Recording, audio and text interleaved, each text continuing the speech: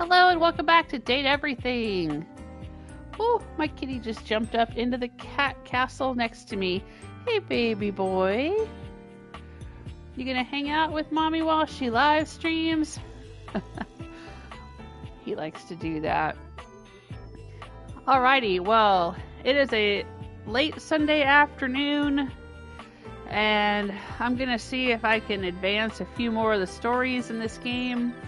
I've played quite a chunk of it. We've met 99 out of 100 characters. And here, let's load up and I'll show you.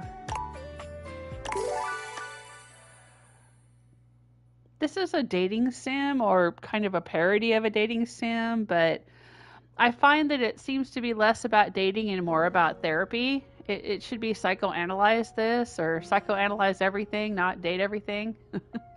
A lot of the characters aren't very romantic. They're kind of hostile assholes. But, okay.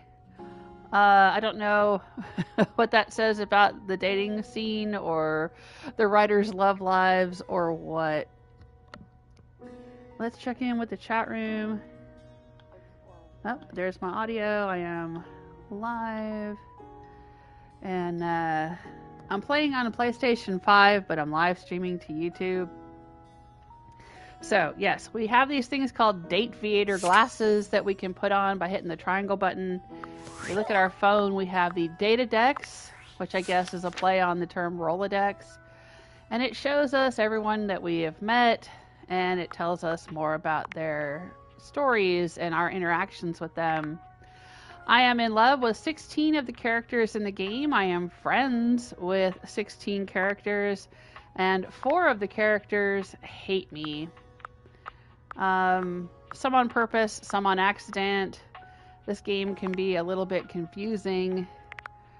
At least I have found it to be confusing, where I'm saying one thing and then the character takes it differently than I thought the thing meant, and I don't know, there's a lot of glitches in this game. I've run into a lot of soft locks and quests that don't make a lot of sense, and collectible pop-ups that aren't matching up with what they're supposed to be, and all kinds of weird issues, but yeah, whatever. I mean, the whole idea of playing this was so I could just kick back and relax, chill, and chat. And so that's what we're doing. I didn't want to romance all these characters. Like, I romanced the ones that were my favorites, but then there was kind of a soft lock on one of the quest lines that affected like 2 other quest lines, and the only way to progress is to possibly romance 20 characters. If I can do that, then I might be able to get around the problem that I'm having. So I'm romancing some characters that I didn't really want to romance. But, oh well. It is what it is. We are in the middle of, let's see. All right, Amir, the mirror. I'm trying to finish up his quest line. Ah, my very favorite reflection. Did you need something? Some cheering up wouldn't hurt, I guess. Ah, and of course you thought to come to me, your closest and most treasured friend. I am touched. You have also made the correct decision. There is not another being in the house who can pep you like me. See, I knew it. I felt your skill instinctively. Best friend. Sure, we can go with that for now. I'll just say the first one. Tell me, what is troubling you, I'm just not feeling myself. Do you think I'm boring? I guess I'm not feeling myself. What do you mean you are not feeling yourself? Of course you are not feeling yourself. Look at you. What's that supposed to mean? Look at yourself. Really look. When was the last time you appreciated what you saw, A while, I guess? Exactly. You are not feeling yourself because you are not seeing yourself. How can you appreciate what you have when you are not willing to see it? I guess you've got a point. Come! I want you to gaze at yourself without judgment, without turning away. Just seeing. Do I have to? Alright, I'll try. Good. Do this for 30 seconds. Starting now. You look at Amir, and he looks at you. Neither of you saying a word. Mm-hmm.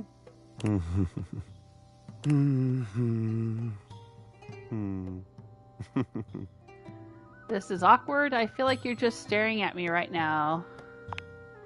Amir lifts a finger to his lips, shutting you down swiftly. Shh! No talking. Only seeing. You continue to stare at each other. It's difficult to look so directly at someone as gorgeous as Amir.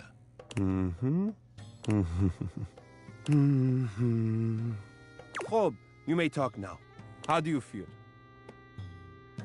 Like I have no idea what I'm doing. Like I'm not so bad to look at. I feel worse. Like I have no idea what I'm doing. It takes time to learn to see yourself. Keep practicing. But until then, I will see for you. And what I see is magnificent. Okay. Thanks, Amir.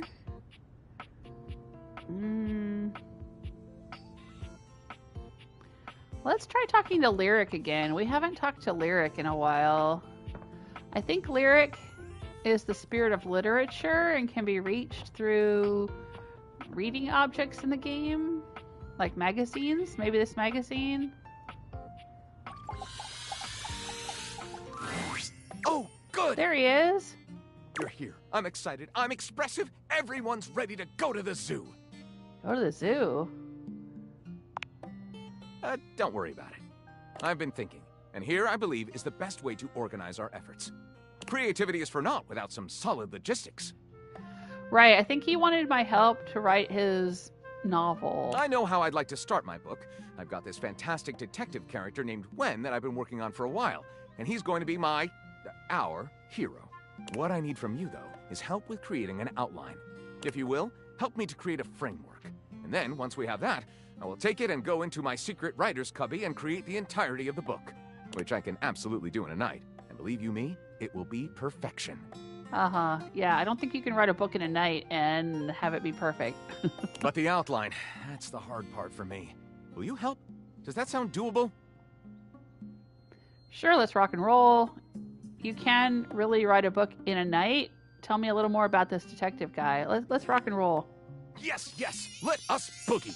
So, here's what I'm thinking about Wen. Detective Xander Wen. He is a hard-boiled detective living in the big city of Sprawlsville, and he is a magnet for crimes. Which works out just fine, because he's also a genius at solving them. Now, just to be clear with you, I haven't fully settled on writing a hard-boiled crime drama to go with my hard-boiled detective. The way I see it, Detective Wen is capable of getting himself into and out of almost any kind of trouble imaginable. I suppose this is why I've been having so much trouble writing this on my own. Xander Wen could do just about anything. I'm asking you to help me create his first story from infinite possibilities. Well, shall we get started? Oh, hell yes, this is going to be great. Actually, I've got a couple things to take care of first, but I'll come right back. Yeah, let's get going. Excellent! I'll give you the first line, of which I'm very proud, and we'll run with it from there. Sure, you're going to build a whole story on the first line? Detective Xander Wen went out the door, looking for crimes. Oh, God. He didn't expect the first crime he ran into to be in the form of a blonde bombshell named Daphne Fatale. With the help of his new and hilariously mismatched partner, a foul-mouthed talking robot named Fuzz Aldrin, when Gondorf the Wizard appeared before him, when a shirtless ranch hand named Hunky McCoy appeared. Alright, so we can go the way of film noir here with the femme fatale, or we can go the way of science fiction, or we can do fantasy, or we can do romance. Well, the blonde bombshell would be more in keeping with a hard-boiled detective sort of thing, but I think I'm more interested in the robot. That would be interesting. Out on the bustling streets of Sprawlsville, Fuzz and Xander were immediately a hilariously mismatched pair. Uh-huh. Are you actually writing that in your novel? That would be an example of telling, not showing. And while getting some donut-flavored motor oil, they received their first call of the day. It came from the mayor's summer home down by the beach. There'd been a horrific accident. It was Fuzz's ex-girlfriend, Unit 14J. To Fuzz's dismay, she was getting married. It was Interpol. Terrorist Gleb Horvat had been spotted near the hydroelectric power plant. There was an unpermitted orgy happening at billionaire Larry Aruba's mansion. All right, if we wanted to steer it into the into the erotica genre, we could do that. So we start with a hard-boiled detective. We veer into science fiction with his robot sidekick, and then we send them to an orgy. Or there could be a horrific accident, or Fuzz's girlfriend's getting married, ex-girlfriend, terrorists. Oh gosh. I really want to do the orgy one, so let's go with that. Uh-oh, thought Xander. As a recovering sex addict, he knew a billionaire's orgy would be a minefield of temptation. But he also knew that as police, their #1 responsibility to ensure public safety was addressing noise complaints. Taking a deep breath, Xander threw open the doors of Aruba's mansion and was shocked to find... a murder. Larry, a 9mm bullet hole in his skull, a surprise party for his 100th arrest, a map to the lost city of El Dorado, dozens of glistening, writhing, hot, moaning bodies. Well, we've already veered one way and another. Let's veer in another direction. A map to the lost city of El Dorado sounds cool. Yes, buried deep beneath the pile of glistening, writhing bodies was a faded map pinpointing the exact location of the legendary city of El Dorado. How did it get there, Xander wondered. But he didn't wonder for long, as suddenly... a gunshot fired from inside the master bedroom. A talking dune buggy with a speech impediment swerved into the room. Rival globe-trotting treasure hunter Julian Montpellier snatched it. The orgy engulfed him. Well, let's go for the gunshot. That sounds exciting. Fast, Xander and Fuzz raced into the master bedroom searching for the gunman. As they entered, however, they were shocked to discover the shot was just a distraction, which almost allowed Larry Aruba to escape with the map. With no time to lose, Xander pulled the one Hail Mary move he had left and... shot Larry Aruba dead in cold blood, used his shrink ray to miniaturize Larry, tossed a tracking device into Larry's pocket. The chase to El Dorado was on, hungrily pressed his pillowy lips against Larry's awaiting mouth. Let's go with the tracking device. Who will win? A billionaire or a detective with a robot partner? Phenomenal! I can't wait to see what adventures await Xander in Let's All Go to El Dorado right now! That's your title? Okay, it's a working title. It's a working title, I get it. Lyric looks at the story outline you've written and pronounces his true feelings. Looking at this, I think this one is nice and suspenseful. Good. I'll write it up right away. Unless you think we could come up with something better? Let's try again. No, let's go ahead with this one. No, I'm good with this one. Go for it. See you soon, partner.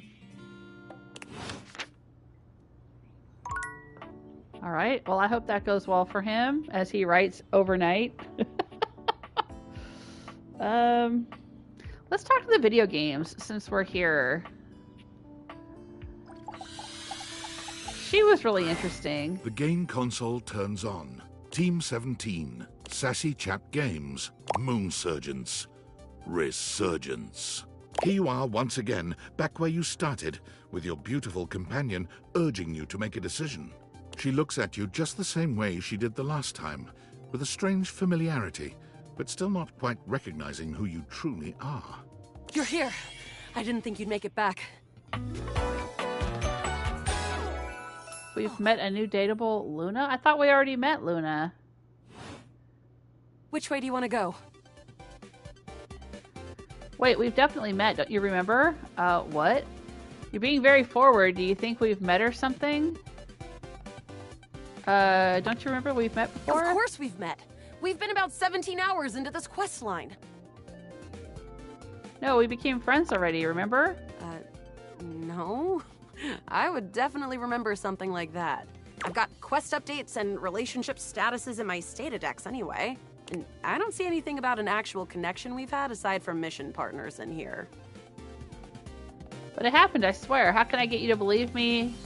I'm not letting this go. We are friends. How can I get you to believe me? All right.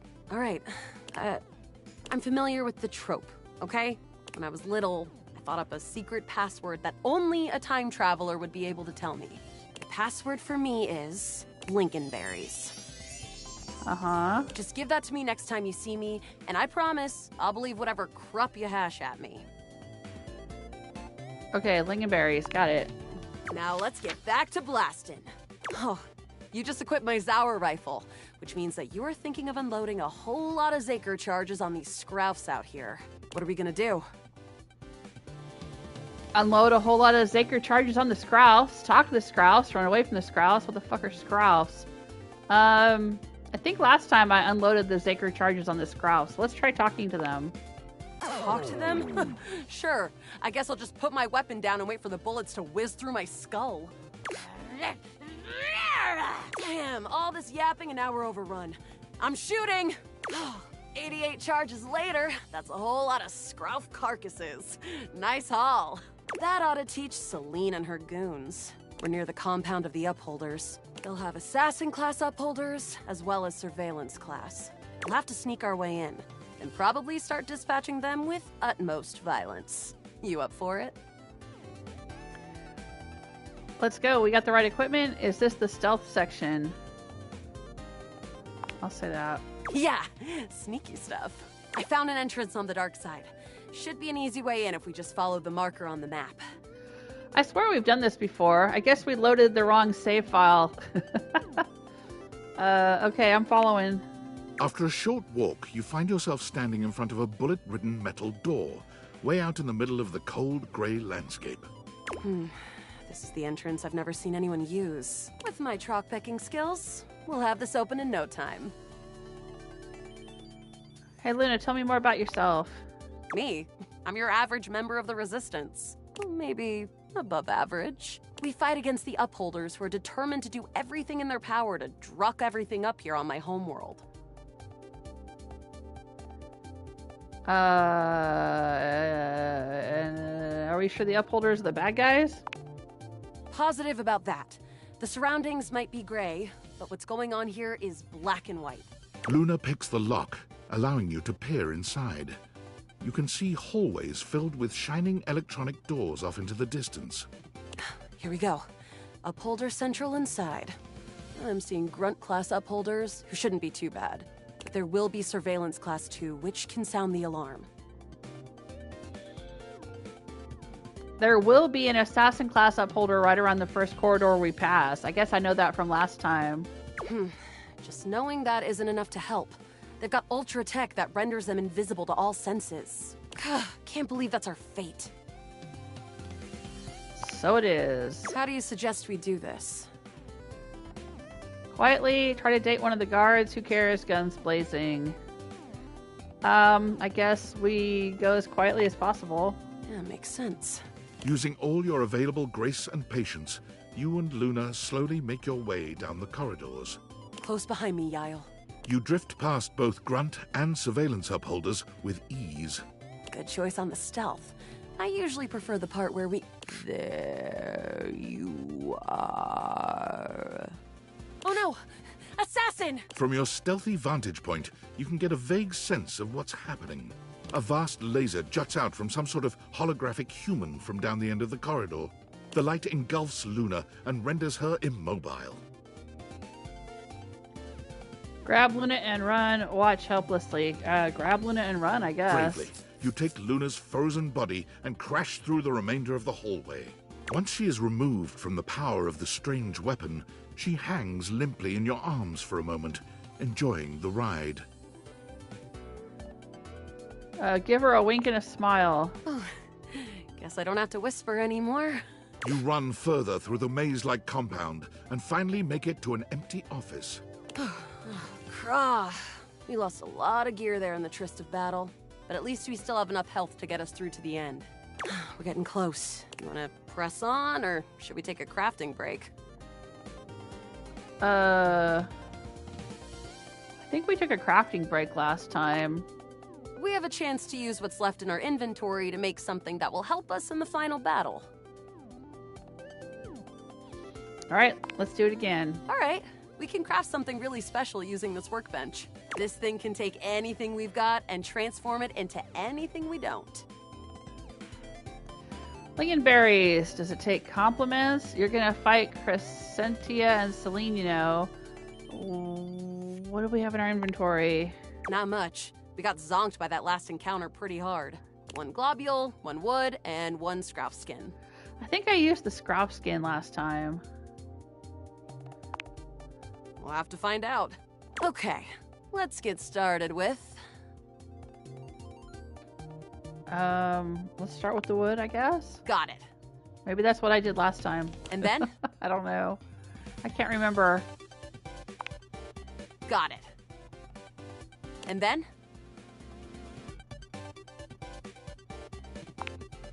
Got it. And then? Alright. I don't think that's gonna give us anything we really need, unfortunately. But there's no reason to lose hope. Let me just put these together and it's pretty globular, which is always good for defense. The wood gives nice heft, raising our attack. The scrouf skin makes anything look a lot better for comfort. We've got an amazing new piece of armor from this. Yeah, I think that's what I got before. You and Luna make your way through the final threshold and stop right before the entrance. That's kind of confusing because she was like, I don't think this really makes anything. And then she's like, oh, it makes great armor. So which is it? Oh no. There it is. The horror of it. The way opens up into a large regolith but perched high on the crane next to a large glowing blue crack in the regolith was a well-outfitted spacer who looked just like Luna. You came just in time for the festivities to begin. Celine Moonrise, prepare to die! Luna, you'll never take Crescentia's power. Alright, shoot her in the face already. Yes! Oh, what's wrong with me? The glowing crack seems to swell. Eat charge, bitch! The blue deposit of moonrock erupts. Crescentia! Yeah. We did all this before. Use the power of love, Luna. Lingonberry. Shoot more harder, use items. 360 no scope. I guess we'll use the power of love. What? Love has like 0 attack! I choose the old standby. An unceasing burst of Zaker charges! Okay, so you're just gonna override me then. What was the point of that? Thanks to your crafting, Luna is able to withstand the mighty force of Crescentia's power. The battle is fierce, but ultimately Crescentia, presumably dead. Wow! Did that without even a single save. Great job, Yael. I couldn't have done it without you. Oh, okay, I'm glad I could be there for you. You're the best partner I could have ever asked for. You always chose the right path, unwaveringly. I'd love to be friends with you. Even though it can be dangerous out there in Novaya Moskva, having a real friend by your side means you keep your KD ratio way down. Okay. Well, come back anytime and let's play again. And we're friends again.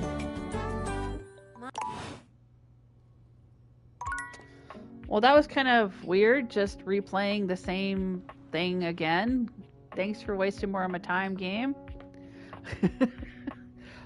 This game does that a lot. It seems like there's a lot of repetition and things being unnecessarily drawn out, but okay. Let's go talk to the toaster. The air fryer hates me, the refrigerator loves me, the microwave loves me. So let's see what's up with the toaster. Hey, back to hear me sing, huh? I understand. I sing all the time, even when I'm alone, because damn, I am just so fun to listen to, so I sing to myself. I love it. Or is that why you're here? Maybe not. I could ask, I guess. Sometimes I forget that part. So, ¿qué pasó? I wanted to ask you about your music. I just wanted to toast something. I just like talking to you. Alright, I'll ask her about the music. I really? Por supuesto. What do you want to know? I'm an open toaster on this stuff. I could talk about it forever. No. God, fuck off, Stove. This guy is a real dick. love of all things brave, stop this nonsense! Why is he yelling? I yell because I care. Dude, chill out. No, why? Why do you keep doing this? I don't know how many times I'm gonna have to tell you to leave me alone before you get the picture. Is he creeping on you? What's going on? You continue to break my heart. You, my darling, are a toaster. You are a fine appliance with a long and prestigious history. Why do you insist on denigrating your lineage? Sullying your ancestral heating elements with this... Stefan, I'm starting to think you're just a real asshole. string strumming? Tell me, what must I do to bring you back to your true self? I swear, if I wanted to live in a telenovela, I'd move into the living room with Telly. Somebody give me a call? I'm just down the hall. No. No. Bye. Stefan, don't get me wrong. I'm really grateful for how much you seem to care about me. Also, please notice the generosity of spirit I'm displaying. That I'm assuming you care about me and not that you're just a great big nosy Botinsky who can't keep his burners off of other folks' courts. I do care about you, more than anything. Well, not more than Bechamel. But you and Bechamel are running a very close race. But lay off! I am completely capable of deciding what I want to do with my time and my talents, and I'm really getting fed up with your constant, do better, Miranda, do different, Miranda. No, just stop. Enough already. Guys, I don't mean to interrupt here, but I am here also. Yeah, tell him, Miranda. Maybe Stefan has a point. Yeah, tell him, Miranda. I will. I have. You have no idea.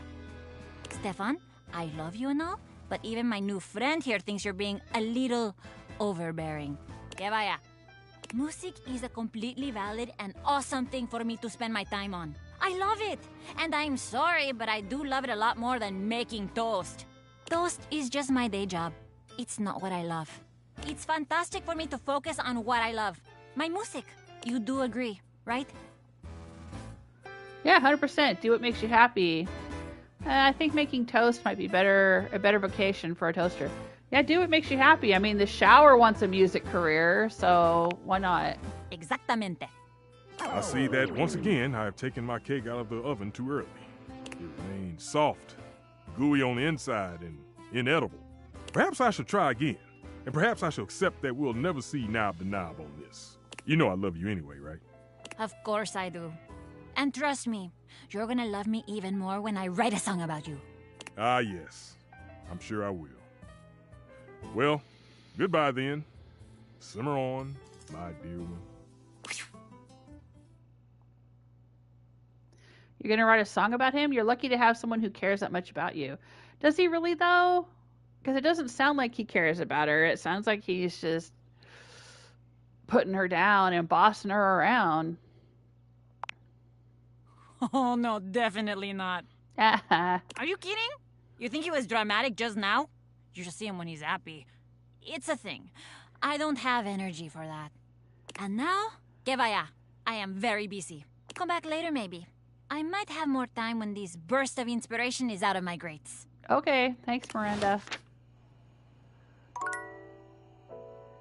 We have one heart left. It is 9 o'clock at night.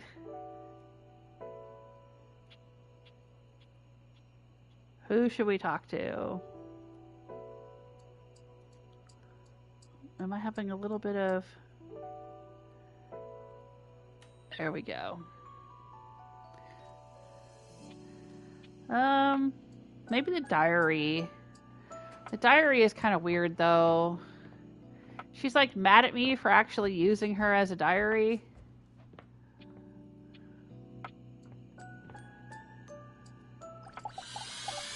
Let's see if we can finish up her story. You're back! Oh, I'm so glad to see you. When we first met, she was talking a lot of gibberish and it was hard to understand her.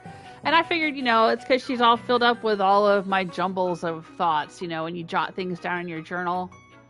But then she started getting all mad about me jotting my thoughts down and her not having a separate identity from mine. And I had so many thoughts while you were gone.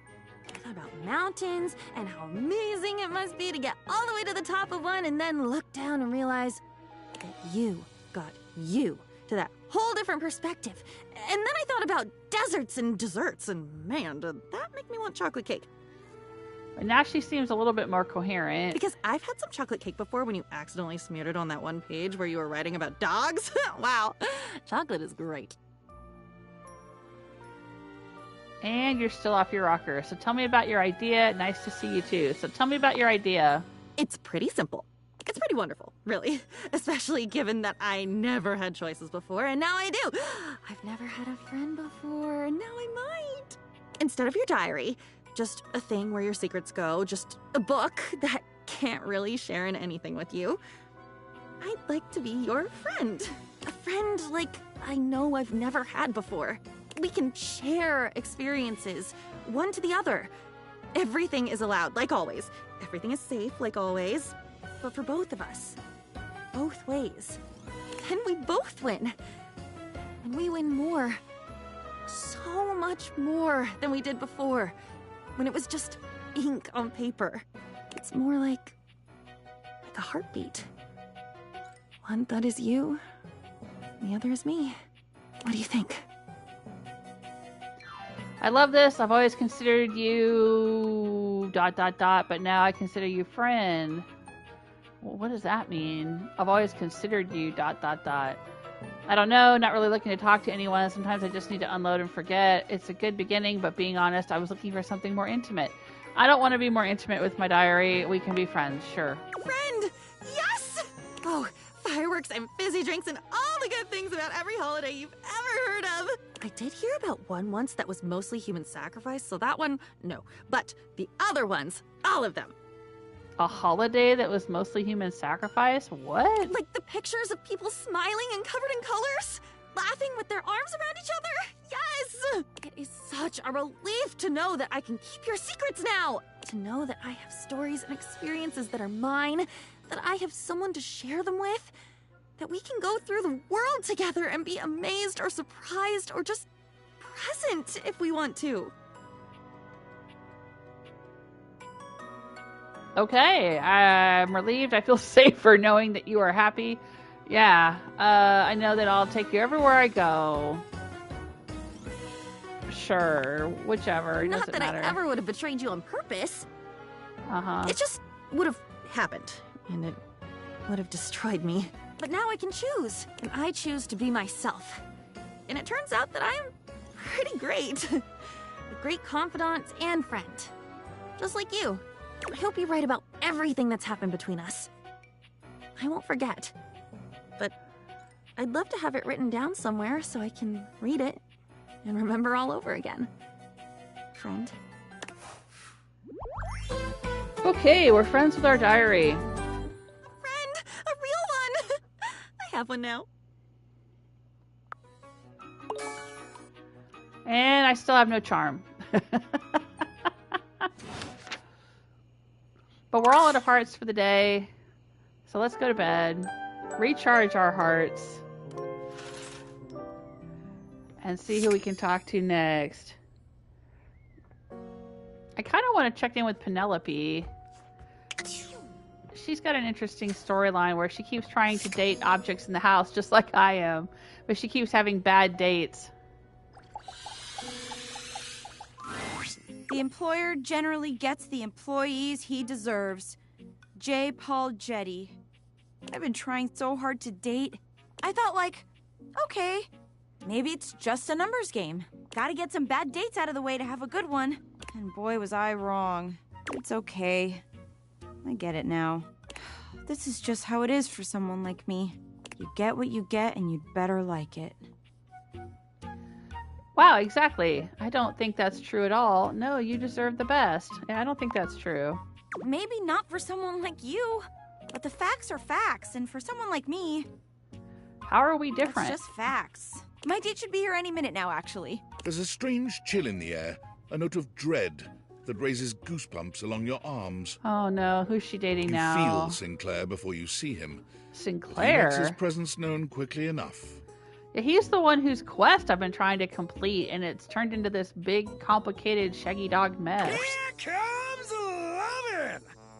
Choo-choo! Love bus comes rattling into the station. Is this really the best you can do? Are you really going to date this guy instead of me? Wow, you two are perfect for each other. Are you going to date this guy instead of me? It's not funny to say things like that, you know. Wait. No. No! Penelope breaks away from Sinclair, who continues walking as if she was still holding his arm. I can't believe I didn't think of it before. Everyone wants to be appreciated, so if you appreciate someone, don't keep it a secret. I've been keeping my appreciation a secret because I was so scared of rejection. That's why I've been dating all these weirdos. But even those guys rejected me. So heck, why not? What's one more little rejection? I mean, it'll just shatter my heart into a million pieces, but whatever. I appreciate you. Like romantically. Oh, can't we just stay friends? I appreciate you too. About time you noticed. This is the greatest day of my life. Sure. I like her. She's cute. Wow. Yours too? What a coincidence. Wait. Hold on. You're not rejecting me? I made you watch me date all these other objects when you were right there. It's okay. I've been dating lots of other objects too. You know what? No. You will not ruin this one, Penelope. Would you like to maybe go on a date with me? Yeah. I love office supplies. Only if you cut another quote, I'll say I'd love to. It's finally happening! It might have taken me a while to get here, but it was all worth it. Yay! I found love! Ah! she is so cute. And still no charm. But okay. That's alright. I don't know what it is with me not dating any of the charming characters. Or making friends with them, or even getting them to hate me. We should work on that. Let's check in with Lyric. Maybe here? Secret Life of Inanimate Objects? I've written it! The tome! Pretty heavy, but worth the effort. Wow, that's quite the book there. But it's not enough that we've written this. One should not? always check in with the hoi polloi before publishing. The hoi polloi? So I've brought along my favorite friends to bounce ideas off of. Who's that? The wall, ceiling, and floor, of course. Oh, okay. That will be Wallace. I think that was the first object that I fell in love with because it just kind of happened immediately after meeting him. Celia, the ceiling, and Florence, the floor, whose quests are kind of soft-locked for me, so... Who else would be a support group, darling? Here it is, my very own book, written by myself with help from the human. And the name of the book is... Why, you can read the name on the book itself. It's just always nicer when the one presenting says the title out loud. I can't. It isn't right. You say it. Me? Why would I say it? Florence? Oh, I'm not good with crowds. Whoa! That's all Wallace ever says is wall. Ah, thank you for saving me the trouble, Wallace. Let's begin. This book is awfully exciting. I wasn't on the edge of my seat, but I was closer than I am normally wont to be. Wall, wall! You have a real flair for adventure. I loved it. This one should fly off the shelves. Thank you for your support. It's what we do best, Lyric. Well, should we go ahead and publish? Sure, why not? Marvelous! I'll submit this to Mac right away. Cool. All right. Let's check in with Amir, the mirror. Ah, my favorite reflection has returned. You say that to me a lot, you know. Am I really your favorite? How could you even ask such a thing? If it were not true, then I simply would not say it. It is very easy to not say it. Ah, my not favorite reflection. See? Very easy. Awkward, but easy. Okay, cute, but I'm not convinced. Why is it so difficult for you to accept my affections, Because you're pretty hot? I'm just bad at accepting compliments because I think you're full of it. Sorry, I don't buy it. I'm just bad at accepting compliments, I guess. Perhaps you are overcomplicating it. Or perhaps you are not used to it. It is very easy to accept nice things, especially with a little bit of practice. It makes me nervous when people are too nice. It's hard to practice something that makes you uncomfortable. Both of those are true. And it does make me nervous, or it used to, when people are too nice. I'm old enough to have spent many, many, many years having experiences where people were only nice because they wanted something, or they were only nice because they were trying to manipulate me, or they were only nice because that's just how they are, and it wasn't that they liked me in particular. They were just nice to everyone. That's just how they were. Sometimes people are super nice to like cover up their own insecurities, or in order to hold it over your head later. Oh, I've been so nice to you. You should put up with me when I'm being unbearable. There's so many things that people do to be quote unquote nice, and it's actually, you know, manipulative, narcissistic, mean, etc., etc. And you put up with enough of that, and you stop trusting when people are nice to you. But, you know, I had to learn to kind of like get past that. I'm not going to say get over it, because I still don't 100% trust people I don't know who are nice to me. But the people who I do know and who are nice to me, I've learned, I've been trying to make myself sit in that, like accept it and understand it and allow it, right, without having any particular emotional attachments to it, positive or negative. And it's gotten a lot easier now that I'm mindfully aware of the fact that, you know, I just trust kindness even from people I care about, that, you know, it would make sense for them to care about me back, right? And it's just, and I know it's my issue, and I've had to work on it, and it is uncomfortable, but it gets easier with time.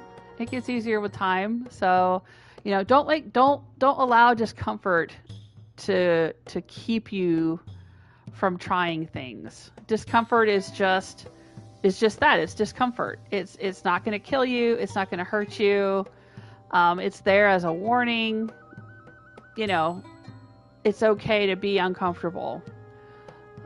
So I'm going to say it makes me nervous, but I have worked through that in my life. Why would such a thing make you nervous?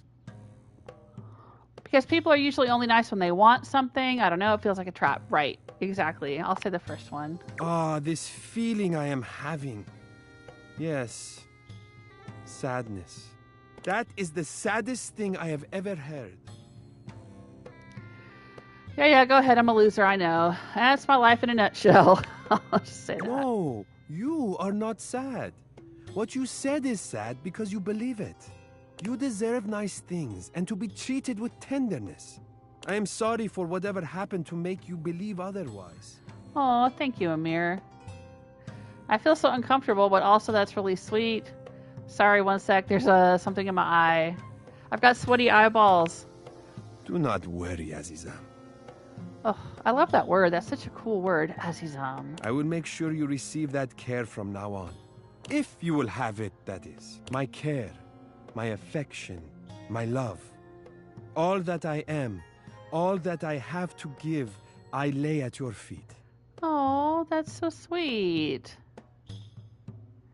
You make it sound so easy. How can you be so open like that? What if I said no? Well, then I would have said no. I mean, no harm, no foul. You make it sound so easy, I'll say that. It is easy. I feel like most of the history of romance in media would disagree. Relationships are never easy by definition. I'll say that. You misunderstand. I am not asking anything from you. Offering you my love is easy because it is what I feel. What was in my heart from the moment I first caught your reflection. It beats for you, and only you. It is yours completely, without question. Whether you choose to accept it or not, the answer is the same. It belongs to you. Aww. Nothing could be easier than giving you what is already yours. دورت بگردم عزیزم. Will you have me? I do trust you, Amir. You're a sweetheart. I'm just as much yours as you are mine. Look, you're great, really, but I think we're better as friends. No, I'll accept it. See, the problem is that whether it's like how we grew up with our parents or our first relationships in life, our first romantic relationships, you know, a lot of times, I would say most of the time, people get hurt. And then they allow that hurt to shut them off. And part of that is because, you know, we learn from being hurt by people we trust that we shouldn't trust. That's the lesson we take away from that, right? And I think most of us have done it in some way or another, you know, some more extreme than others. And it's really, really hard when life keeps teaching you that same lesson over and over again, right? It's heartbreaking. You stop trusting. So somebody comes to you and says, hey, I love you. You know, I lay my heart at your feet. Why should you believe them, right? I mean, other people have said similar things before, and then they royally screwed you over or let you down or, you know, didn't follow through or whatever it is. So, you know, but I mean, part of it, of course, is you've got to be willing to keep trying. I mean, being vulnerable is the only way to have true love and true friendship in your life. And it's scary. It's part of the package, but it's extremely scary. But, you know, what's scarier is having no love and no friendship in your life. To me, that's even scarier than risking being hurt and being hurt. I mean, I've been hurt before, I've survived, but I don't know if I'd survive without love and friendship in my life, you know? So you've got to pick which one is scarier at the end of the day. But also, you know, I think there's something that comes with maturity, right?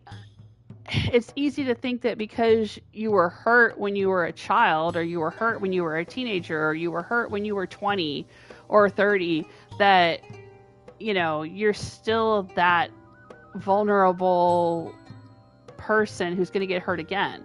And it's not necessarily true. You know, if you were hurt when you were 20 and now you're 40 or 30, you know, you've lived a long time. You've learned. You're not necessarily going to trust the same type of person. If you've been paying attention, you know, you're not necessarily going to be trying to date the same types of people or trust the same types of people that had always hurt you before. You know, you got to get out and find somebody completely different. and realize that it's possible to trust the right person. You just can't, you know, you have to learn to identify the right from the wrong person. And that's the hard part. That's the hard part, you know, because if you grew up in a certain type of family, maybe, and you were always treated badly, or you saw your parents always fighting, you know, intellectually you can say, oh, well, that's not good. Right? I don't want to have a relationship where I fight all the time. But emotionally, psychologically, you may find that you're constantly drawn to people who fight with you all the time because that's what you're used to. Right? You can be comfortable with something while also disliking it. So, you know, we tend to drift. If we don't pay attention, if we're not careful, we tend to drift into the currents of our comfort. Right? And those things that are comfortable may not be the things that are the healthiest. So, you know, if you keep dating the same type of people over and over and over again, you keep being hurt, instead of just giving up and going, oh, well, it's just me, You know, maybe do some therapy, maybe do some thinking, maybe do some journaling, whatever it takes. Like, why am I constantly being drawn to these types of people that hurt me, right? And maybe try dating somebody completely different, you know? I mean, that's what ended up working for me, is I found someone eventually that I could actually trust and who meant what he said and who always backed it up, not just with words, but with actions. You know, but it's still, I mean, I understand how hard it is. It took me a long time, even being married for, I mean, at this point we've been married 26 years, but I mean, it took me probably 10 or 15 years of marriage to finally, like, accept that this person wasn't going to leave me. It wasn't going to hurt me, you know? So yeah, I get it. It's hard. But, you know, to live happily ever after, you got to take the risk. It's always worth the risk, in my opinion. You see? As I said, it is easy when you know what you feel. We have been drawn together for a reason. But enough about me, right? Enough of my yakking. You do not need to fear being open anymore, Aziza. I will look after your heart from now on. Oh, that's so sweet. It is safe with me.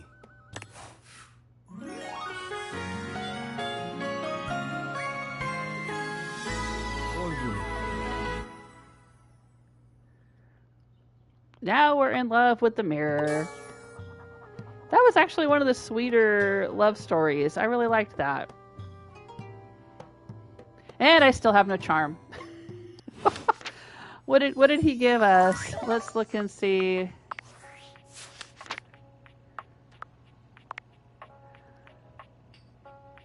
Oh, he gave us sass? Okay. I would think he'd have given us charm, but alright. Oh, Miranda's going to give us charm if we can get a relationship of some kind with the toaster. Finally. And Luna will give us empathy. She's caught in a time loop. Oh, wait. What did it...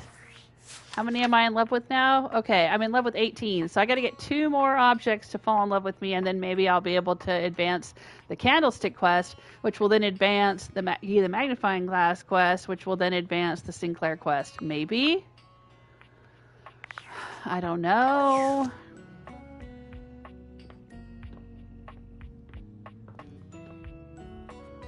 I kind of want to talk to the wall again. I know he already loves me, but all he ever says is wall. And I heard a rumor that you can't actually get him to talk to you and say things other than wall, but I'm not sure how to do that. Wall. Wall. No, I don't like this. Wall. Yes, of course. I love it. I'll say that. Wall.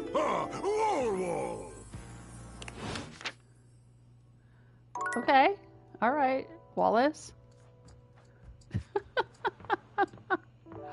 Let's talk to Mateo, the blanket. Mateo tends to a group of adorable dog-like creatures, grooming them and speaking to them sweetly. Just a few more, and done. Oh, what a good girl, Damas. Que bonita. I bet that feels better, doesn't it? I know you're a Notweiler, but that snag on your tail was getting ridiculous. If I had a nickel for every tail I've desnagged, looks like you've got your hands full. Pay attention to me, bro. That's rude. Looks like you've got your hands full. Oh, hey, you're here. I was hoping you'd come by. I wanted to thank you for talking to Phoenicia about making that post. Oh, you're welcome. Yeah, he had a lost dog, and so I talked to my phone, Phoenicia, and she put out some notices on social media or something to help try to find the doggy. No problem. Seems like I could have done more. Whatever. I'll say no problem. We've already had some visitors stop by because of it. I even Oh, talked to good. a few things who said they saw Davy recently. Hopefully, if we can figure out where he's been, we might be able to follow his trail and track him down. Okay. Oh, that's right, Chiquita. He'll be back before you know it. You weren't kidding about running out of space, so these are the cuties I've heard so much about. Can we get to the next part of the quest? These are the cuties I've heard so much about. You've caught us in the middle of a grooming day. Everyone's been a little stressed waiting for Davy to come back, so I thought a bit of pampering would do us all some good. Great plan. I'll let you get to it. And who gets to pamper you? I'll say great plan. Well, before you go, I wanted to ask you something. Okay. You did such a good job with the placebook post. I was hoping you might want to help me follow up on some of the leads we've gotten. Sure. It would take me a while to get through them all myself, and I really don't like leaving the inanimals alone for that long. Yeah, what's that, Mateo? Of course. If I have time, I'm all over it. Okay, just tell me. I'm all over it. Great! All right. The first one I have is from Hoove. Oh, Hoove hates me. He said he saw Davy sniffing around the laundry room a few days ago, right around the time he first went missing. Let me know if you find anything, okay? And really, thanks for helping out. Okay, yikes. I have to go talk to the vacuum cleaner who hates me. I think his storyline was glitched. I looked online about it, and apparently a lot of people have had the same problem with his storyline being glitched. And now he hates me, but I really wish he didn't. Oh well. Let's put the glasses back on. Let's go down and talk to Hoove. Might as well get it over with. He is in the laundry room closet back here.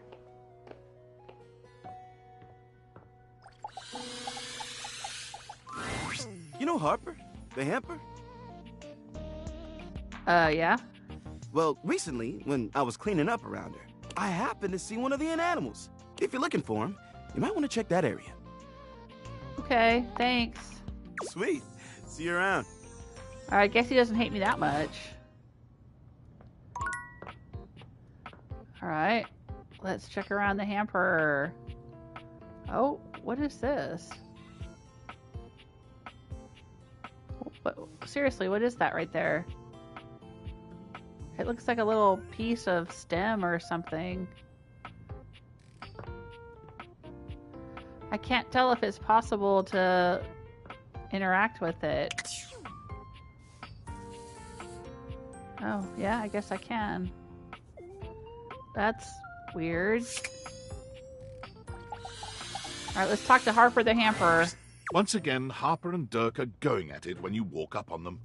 This time, Dirk is the one shouting.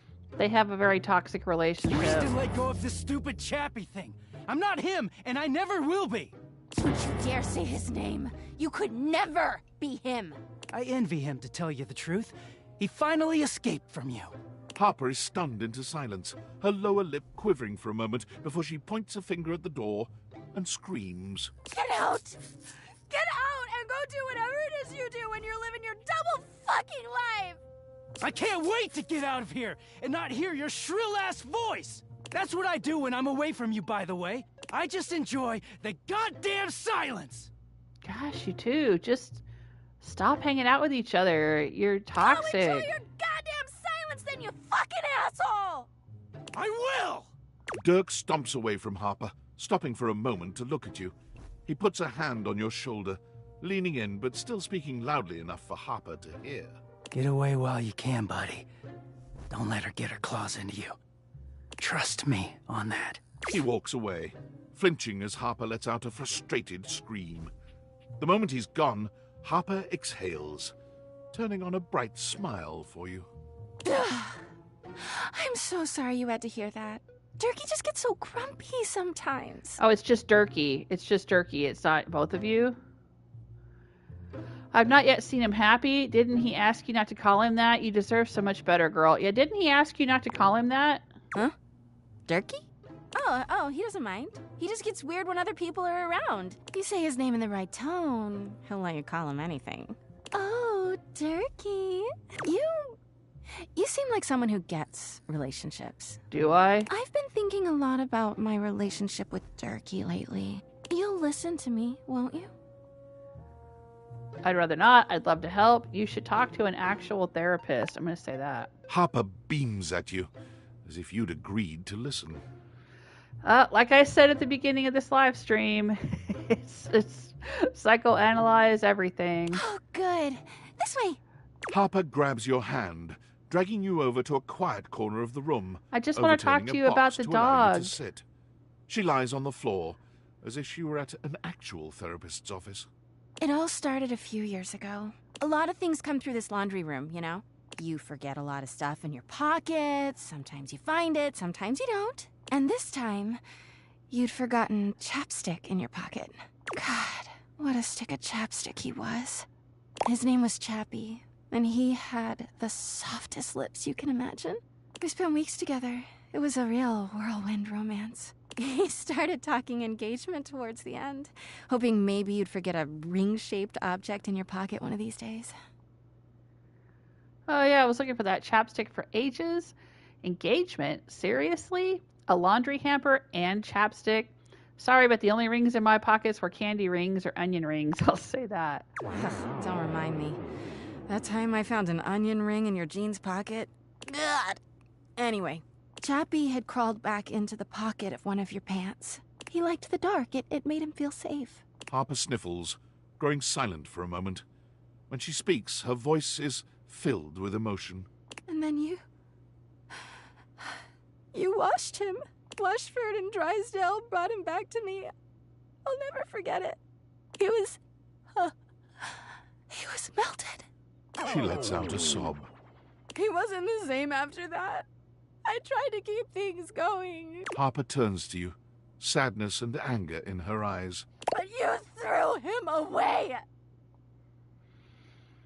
Well, yeah, he was melted. Sorry, I didn't know he was practically engaged, or a he.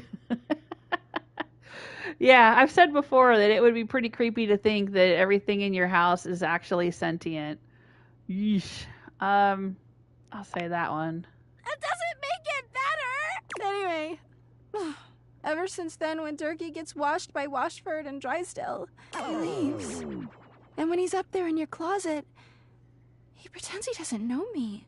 I've gone to see him so many times. I've cried and screamed and practically kicked his door down. God, how did I not hear that? That doesn't sound healthy. Why does he ignore you? That doesn't sound healthy. Yeah, he is so toxic. Not him, girl. You. I know that Both Dirky of you. is cheating when he's up there. He calls himself Clarence and acts like he's so cool and above everybody else. Tell the truth, Dirky. I know you and those Hanks are getting it whenever you're up there. And he's got a stream of objects coming in and out of that closet. I know it. Do you have any proof?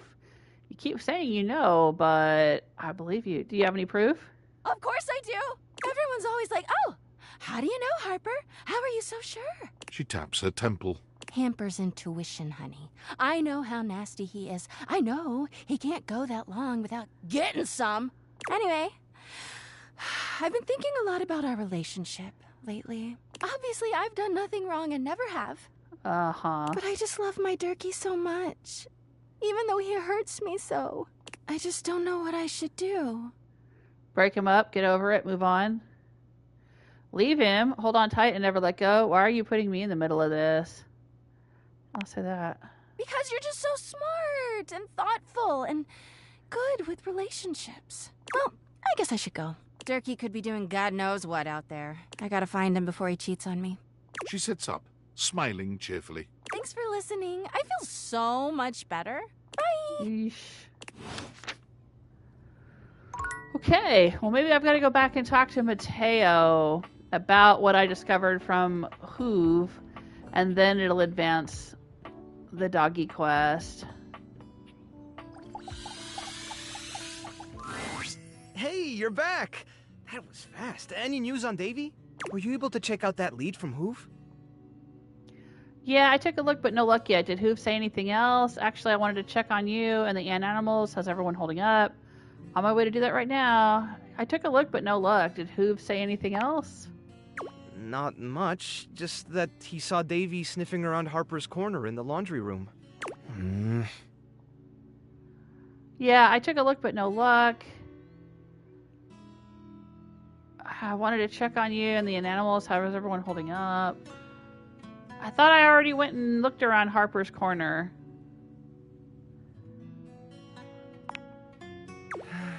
About as well as you'd expect.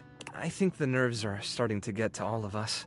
If you wanted to stick around for a bit, I'm sure they'd really enjoy the company. Okay. Well, that makes two of us then. You can say hi to whoever you like. Don't let me stop you. Alright. Well, that didn't advance anything.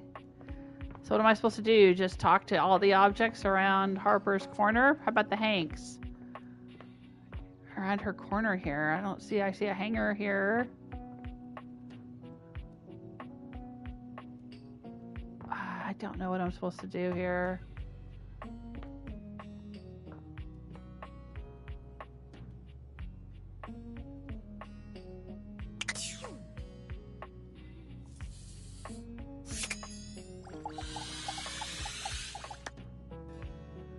You already talked to this object today. Try again tomorrow. Okay.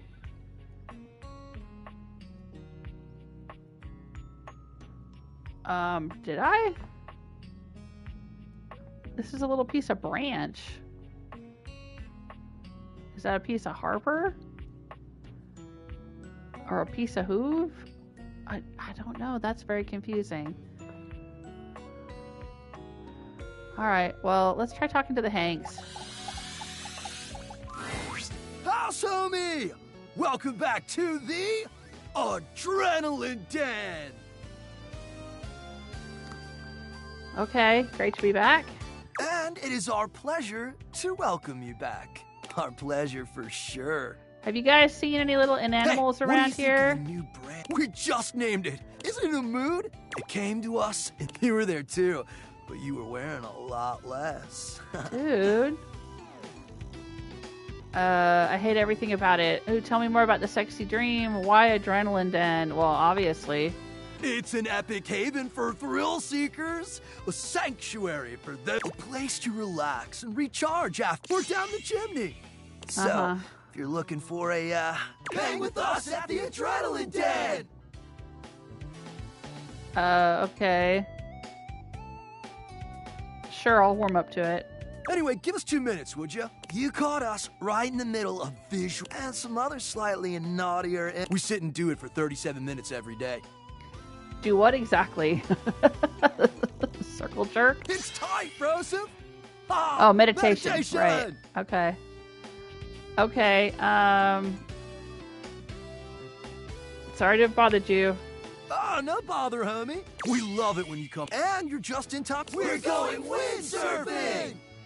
Oh. Okay. Hey. Okay, that sounds dope, I guess. Oh, man, it slaps so... We're gonna bring our past Jean-Lou to hit a flush and let her rip! Ew, I don't want to go surfing on toilet water. Instant sailboarding! Wicked!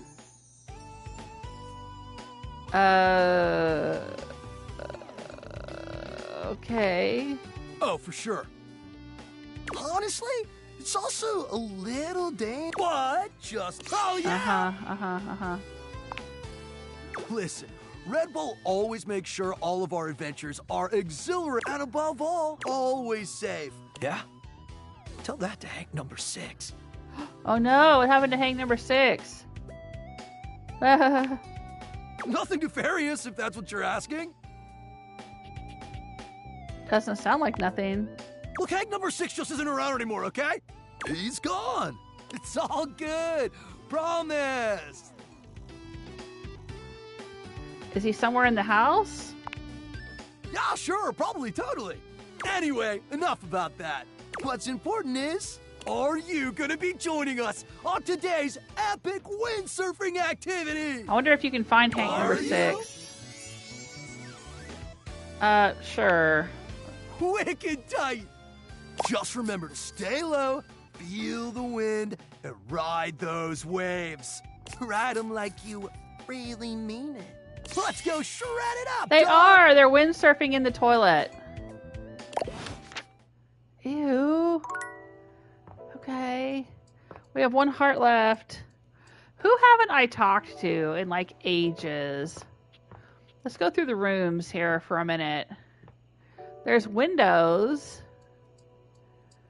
I'm not interested in talking to the chair. There's the fireplace. That might be interesting. We haven't talked to... We've seen Jacques a lot, but not necessarily for his own story. He just pops up in other people's stories. I don't want to talk to the TV. I'm not interested in that.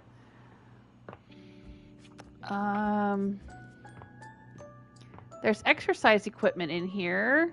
There's Shelly the Shelf. There's the treadmill guy. Let's check him out. He's kind of weird. Well met, combatant. He just wants to fight me. Did you choose your weapon well? Did you train for this match? We will fight. We will fight together. Oh, then what a perfect day. He's a Viking treadmill, apparently. What is your weapon? A soup spoon, a piece of lint from my pocket, my dentist's last holiday card. Duh.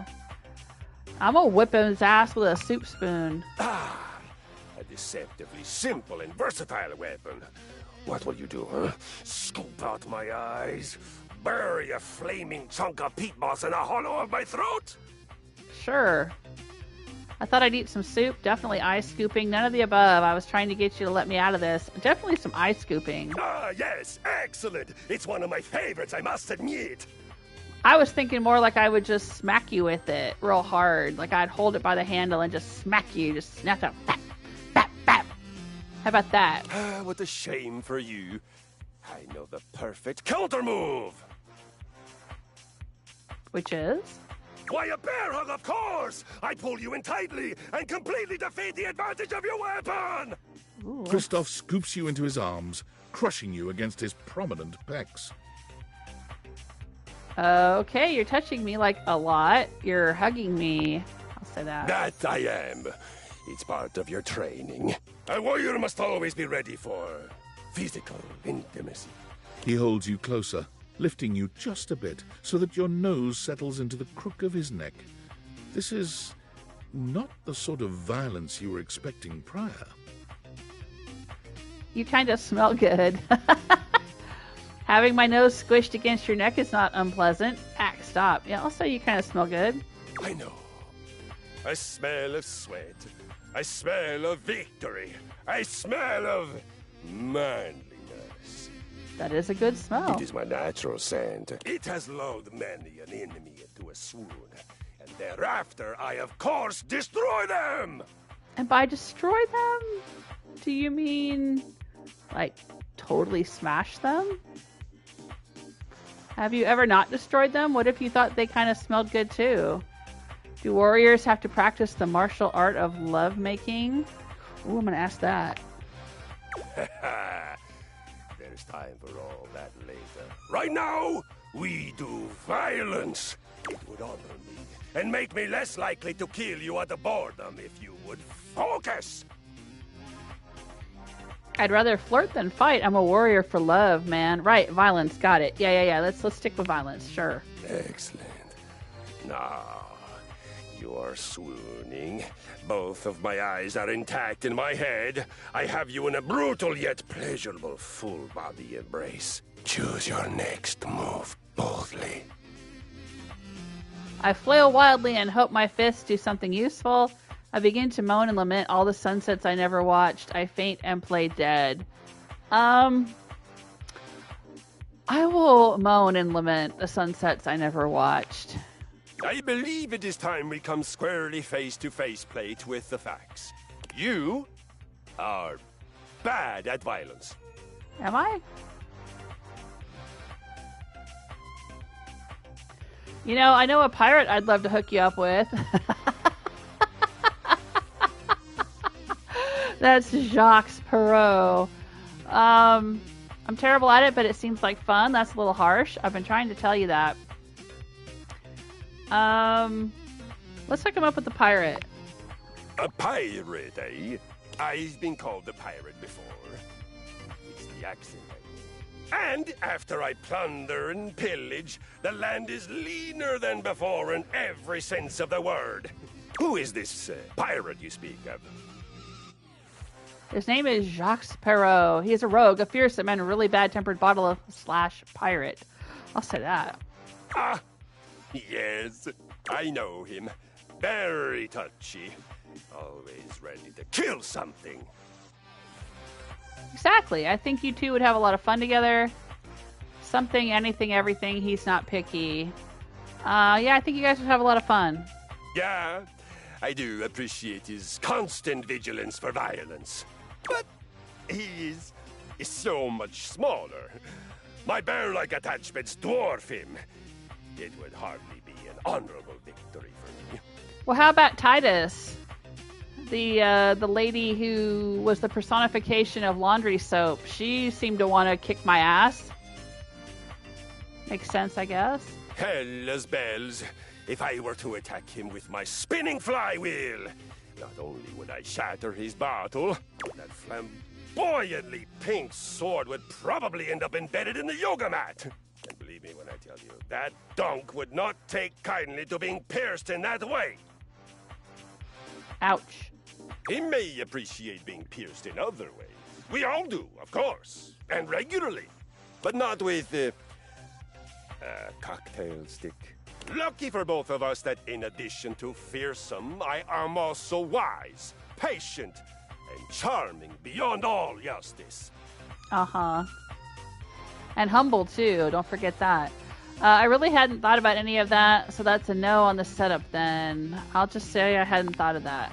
It is not just violence that matters. It is honor. It is honorable challenge. I must say, I am grateful to you for the opportunity to say so. I live my honor, but I don't often speak about it. Violence without honor is a hollow, rotting thing. And without challenge, it is ponderous, bloated, and futile. Heimdall's Bridge, even with words, I am extraordinary. Can you teach me how to do violence like you do? I was just trying to be nice. I guess I really don't get you. Do you have any stories that don't involve fighting? Sure. The tale of Friar Bjartur. It is a saga for the ages. My people began in a warehouse outside of Hell, Norway. A proud place, a noble place. We had many of those great big garage doors, and shelves that one would need a mechanical lifting machine to reach. We were a fearsome band.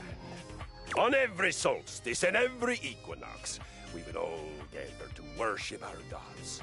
Of violence, of sweat, and of the air. The god Njord, the god of wind, was our first and most important deity. But I've met the air, and it's her, and her name's Erin. Why is wind so important? Huh, I would have thought the god of skiing would matter more. Why is wind so important? Wind, the exhaled breath of exertion. Air, that rushes past your hands and feet and face as you fly on my skis into your open future. Wind, breath, the original life force. You know, in Ayurvedic medicine, they call it prana. Yes, that's it. Okay, I really don't care. May I go on? Sure, sorry, go for it. Actually, I'm feeling inspired. Let's fight. Kind of bored of this. I think I'd rather go eat some ice cream and sit on the couch. Yeah, I'm going to go hang out with Koa. I'm going to get Freddy to give me some ice cream and go hang with Koa, my dude. But, sure, go on. Finish your story. One day, we were ambushed. In a corner of the warehouse, the foreman placed a single box, the harbinger of many to come. Each one, a knell of doom. It was a friar, but one who had turned away from the road to the heavenly kitchen. His name was Bjartur. From the faraway land of... But not that far away. He was from the Netherlands. But still, if you have to travel there by boat, it feels like a hero's journey. It soon became clear that Bjartur was a heretic. He worshipped oil, a sticky, oozy substance that we had before used only to grease our gears. This we did for play and for lovemaking, but never for food. He would dull at the grease on fried potatoes, fish, Brussels sprouts, chicken thighs, on On one occasion, I saw him fry a candy bar in an ecstatic trance, just to prove that he could do it. And he did no violence. Like ever, he was, and the word sticks in my pulley cables, a pacifist. Just to be clear, when you say pacifist, that means he never exercised, right? Exactly. He sat there, oozing his precious goo. Oh, be assured, the sheen on his brow was never from good holy sweat. Every day there were more of them. More converts to his sick ritual. More boxes stacked in the corner. Finally, we knew that he had to be stopped. It was no longer enough to watch him building his viscous army. Our love of righteous violence was about to be sated. This guy should talk to the air fryer. I think they would get along. Okay, go on. Awesome indeed. We attacked! Under cover of night, the single security fluorescent flickering over the emergency exit sign, we crossed the open floor of the warehouse. In an homage to irony, the only reason Bjarter and his disgusting devotees did not hear us was because we were so well-oiled. Well, that and the weak-gutted singing coming from his feast day celebrations. He had fried some god-forsaken combination of food and personal hygiene products, and his Bacchic splendor was leaking all over the concrete. We snuck up on him. We surrounded him. And on my signal, a single gentle flick of my flywheel, the music of conquest began. So basically he was in a warehouse with a bunch of other treadmills and a bunch of industrial fryers, and they had a war? Is that what I'm hearing? That violence triumphed over apathy. Holy sweat over the unholy slick. Driving wind over the trance of stagnation. Holy shit, man, that's freaking awesome. Tell me you had a party after that. I'll say that. Our celebrations. Oh, friend, our celebrations. Let's just say that all the oil left on the concrete floor was finally put to its proper use. Consensual lubrication of each other's flywheels. I, as you might imagine, am the single greatest lover my community has ever known. And good gravy did I get to work out. Excellent violence, lovemaking. Behind interval training and a good dusting, probably my favorite. So, now you have heard a saga, one of the greatest victories of my lifetime. How are you feeling? Are you inspired, enraptured, transported? Disgusted? Let us use the surge of emotion that must surely be pulsing through your atrophied veins. I feel great. I'm ready to do some violence. Let's go. Well, I still don't know if violence is for me, but I'm proud of you. I'm disgusted. I love fried foods. Bjarter did nothing wrong, you monster. That'll probably make him hate me. Sure, let's do some violence, I guess. Excellent! Let us begin. The first and most important thing for doing violence, for you, I would call it exercise. You have made great strides in declaring yourself willing to learn. I will be magnanimous and meet you halfway. The first thing we must find in exercising is the why. Let us find your why. Tell me, what is your most powerful reason for wanting to sweat, breathe hard, and learn my noble art? I want to feel better. I not so secretly want to be like Keanu's sleeves. I'd really love to get a date. I want to feel better. perfect. There is no better way. We shall jump right to it then. Gird your loins. Girded. I love to hear that sweet sound of girding. For your first adventure, you will begin with a 20-minute walk. Big steps. Swing from the shoulders. This is the walk of a victorious conqueror, not a mouse in cloud sneakers. Remember to breathe from your belly and feel the energy of the earth and the sky moving through your body and electrifying you. Okay, I'll do my best. You can do it. Don't forget to come back and tell me how it went. I'll have a new mission for you on your return. Okay, treadmill dude.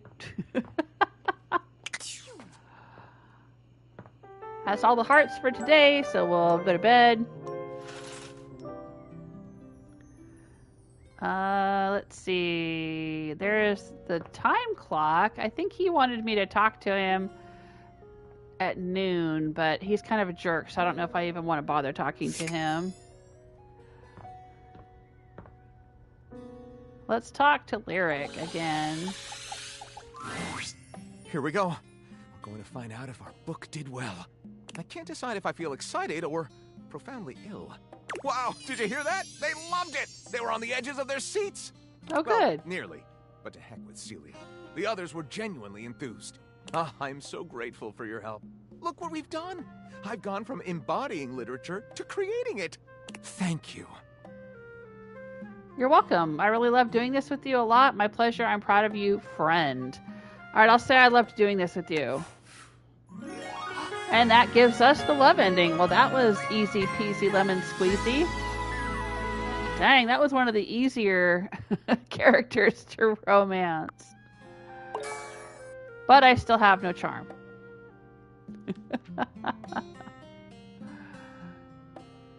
This is so wonderful. With just a bit more of your help, the next book I write will be an epic romance. Okay. I wonder if I can actually write the epic romance with him, or if that's just over now that we're in love with each other. Let's take a look at the data decks. Oh, no, that was rumors. I don't want to look at rumors. Okay.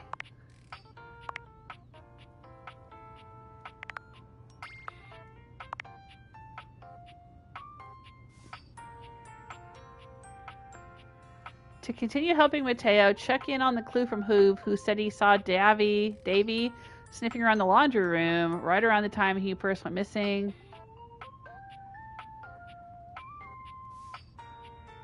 Yeah. We did that.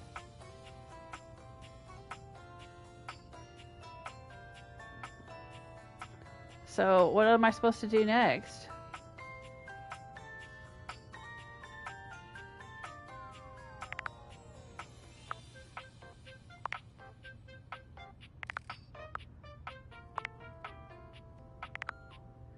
Alright, we have 19 characters in love with us. One more, and maybe we can go back and check in with the candlestick.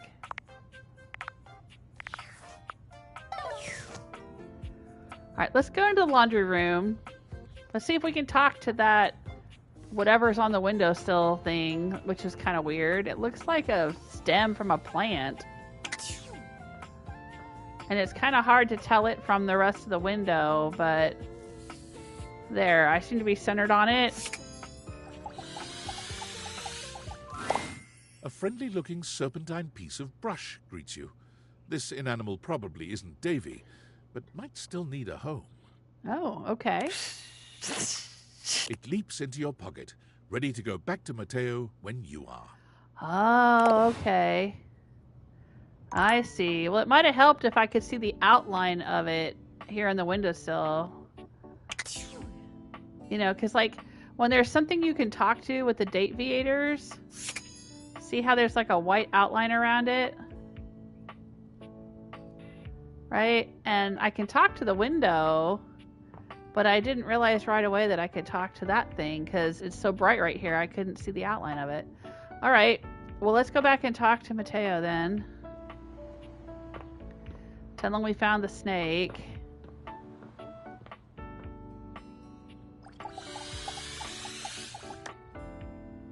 Oh, right. We already talked to him today? Okay. Right. Sorry, the days all kind of blur together. Let's talk to the toaster.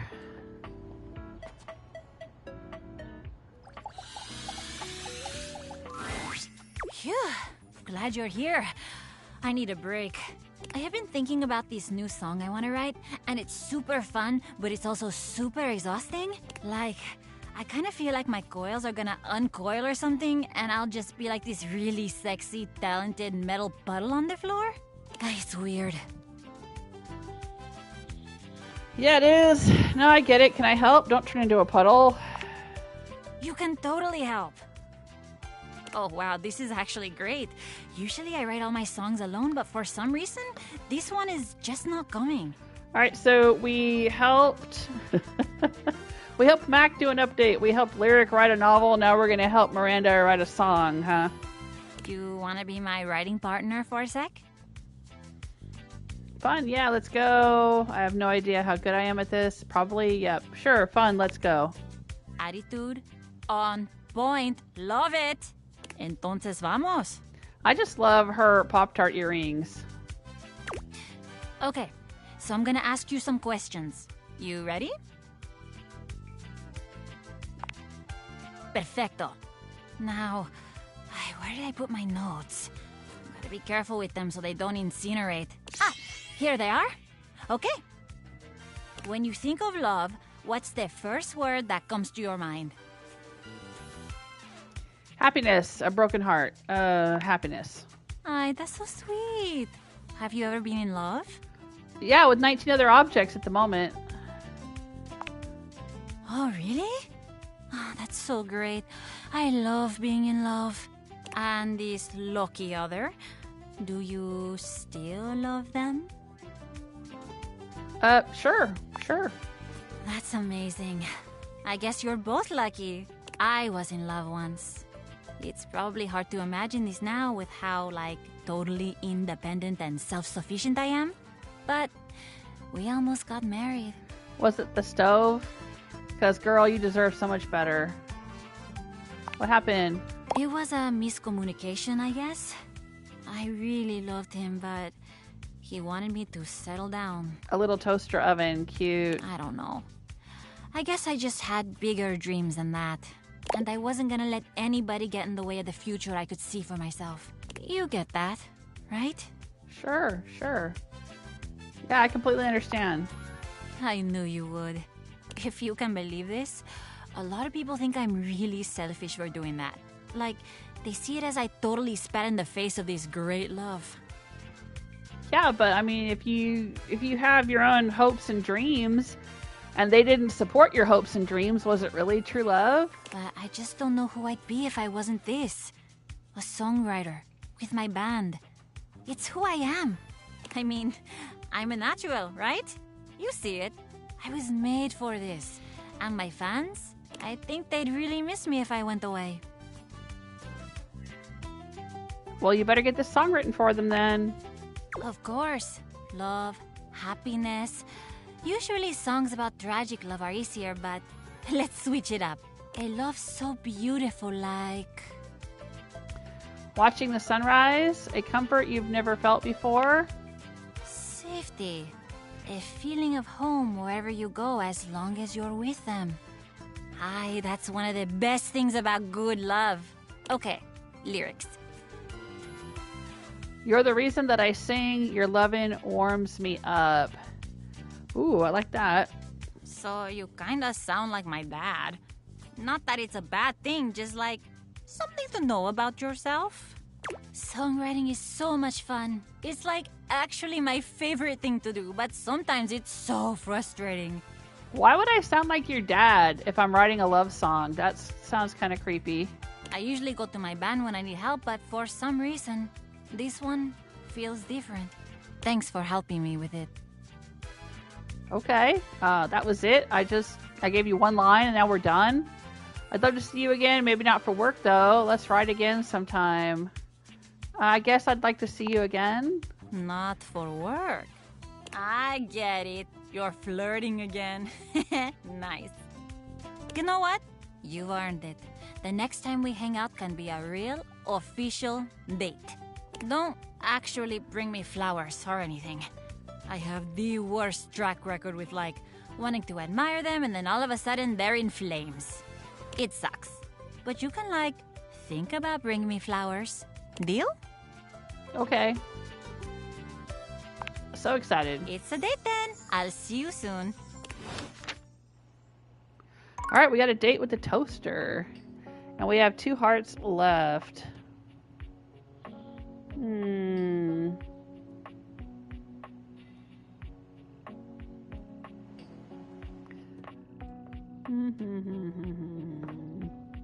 Let's talk to Stella the Stairs. Because she's somehow involved in the quest with Florence and Celia. Up here, the floor and the ceiling, but this is kind of bugged. Like every time I try to talk to the ceiling, it just sends me to talk to the floor. And then the floor just repeats the same lines over and over again.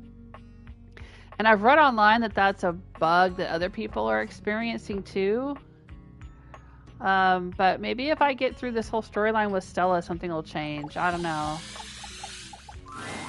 Step 92. It's always a bear market. Oh, you're back. Yeah, I do live here. Well, yes, I suppose we both do. I suppose I thought you might be done with me. I'm just not interested in the scam. We're still friends, though, aren't we? Well, I'm very touched. I mean, she even admitted that she was involved in a pyramid scheme scam, but that she was going to do it anyway because she wanted to be successful at something, and this was the thing she decided she was going to do. And I'm like, why you still want to be involved if you know it's a scam? But okay. Even if it's not a scam. You said you knew what it was, but it is. Okay, so you said you knew. I know that it's difficult, but it's also possible. So you're sticking with it? I'll be seeing it through best I can. Yes. At a certain point, it's just conscious ignorance, no? I'm going to say that. Because I've never let myself be ignorant before. I find that hard to believe. I'm getting on. There's certain things I just need to do, need to try, need to know. I've never really had to until now. Why not? I didn't have the need. This booklet is the only thing I have. The only chance I'm given. I'm old and I'm slow and greeting is all I've ever done. And who's going to give me a chance to do more than that if not myself? And I know I'm not good at it, but maybe I can be. Fine, let me help you with your booklet. What if we could find something else? If your only answer is finding folks to scam, then you're just not looking hard enough. What if we could find you something else? I've looked, dearie. Trust me, I have. Don't call me dearie. Well, let me help then. Seems I still can't say no. But I can't keep saying yes. Fine, but I won't wait around forever. And for now, dearie, truth be told, I'm a little knackered. I'll think on it, I promise. I just can't keep standing still. Regardless. Thank you. All right, we still have 1 heart left. Who's it gonna be?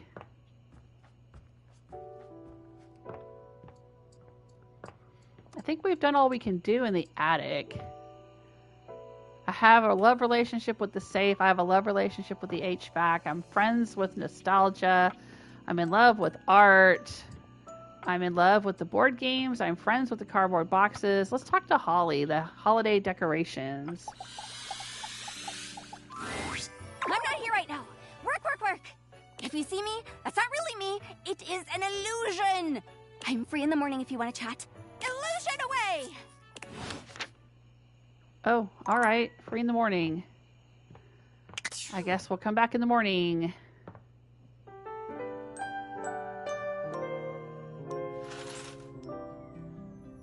All right, let's put the glasses on and talk to Holly in the morning. I think Holly is also in here. There's boxes of decorations throughout the house, so it doesn't always have to be the ones in the attic. Oh, you came. Yeah, I said I would. Well, it's not that I didn't think that you would. It's just I've got a tricky schedule. So it's easier to presume that people have to cancel. Or they'll forget. Or they'll just have their own lives. Which is me. I'm people. I cancel or forget, or I have my own life. Okay, well, you're here now. I know, crazy, right? Blissmas miracle. Is it Blissmas? No, yes, nearly. I'll say no. Damn. Just lucky then. Did work go okay? What was the gig? Did work go okay? Yeah, it was great. Wait, you said okay, right? Yeah, it was okay. Hard, underpaid, fun, just a local pet. My favorite kind, the little ones. Oh, sorry, it's not you. Are you tired? A little, but who isn't? I'm not, I just woke up. When I finish a shift, most of the others are asleep. I never really get to talk about my work, so it's strange. It's nice. Well, the shift wasn't, but this is. Why do you work so much? Someone has to. It's my job. It's always a holiday somewhere, and someone has to do the work to bring the wonder to everyone else. I'm a helper most of the time. Essential, so they say. Sometimes, when it's useful to say so. Sorry. Here I am complaining I never have anyone to talk to, and now I'm yawning in your face. I guess I should knock off. I've got a shift in the morning, but thanks. I really appreciate it. All right, get some rest. No! You get some rest. Okay. Holly lady. Who seems sweet, but is also kind of hostile. So many hostile characters in this game. Oh, let's go talk to Mateo, since we found the snake. And then he'll probably send us to go talk to somebody else. We'll use our hearts doing that. I'm so sorry, Matito. Uh-oh, what's going on? I know how much Davy means to you. Thanks, Betty. And you're sure you haven't seen him in the bedroom anywhere lately? Maybe he fell behind the nightstand, or got stuck in the closet, or something. I can check again, but I haven't seen him since I caught him hiding my pillows last week. Well, you know, it's just because he likes you so much. Oh, is that all? I'll remember that for next time. There is going to be a next time, right? Of course there is, sweetheart. In the meantime, I'll ask around the bedroom and let you know if I hear anything. You're the best. Still no luck? Did Betty find anything? No, unfortunately. What about you? Were you able to check out the bathroom? Any sign of Davy? Bathroom? Not the bathroom, actually. I found this. That's one of Davy's threads! One of his threads? It's a snake. That's not all I found. It's not? A Pythorn! Look at you! What a beauty! Leave it to Davy to be wandering around just making friends this whole time. I found one of Davy's threads. Did I? I found this Pythorn. Welcome to the rescue, little guy. That's a bit confusing. What should we call you, What do you think? Something poetic, something badass, something cute. Badass, I guess. Of course, of course. You're obviously a hardcore little Pythorn, aren't you? How about Belladonna? Well, if the thread was still there, Davy couldn't have been there that long ago, right?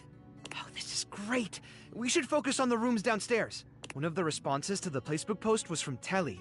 Apparently, Davy got caught up in Connie's cords not long after Hooves saw him in the laundry room. Telly said that they lost track of him, but they're still untangling things, so he could be stuck back there somewhere. Can you go check it out? Okay, I'm on it. Finally, some good news. Hang on, Davy. We're coming, buddy. Come on now, Veladona. Okay, I guess I need to look. Oh, I see some little, like a little spring thing here. That wasn't there before. You've already talked to this object today. Try again tomorrow. I guess these little inanimals count as part of Mateo, so I have to space them out. Of course, everything's got to drag on. All right, so we have 3 hearts. Who can we talk to instead? Guess back to the staircase, maybe?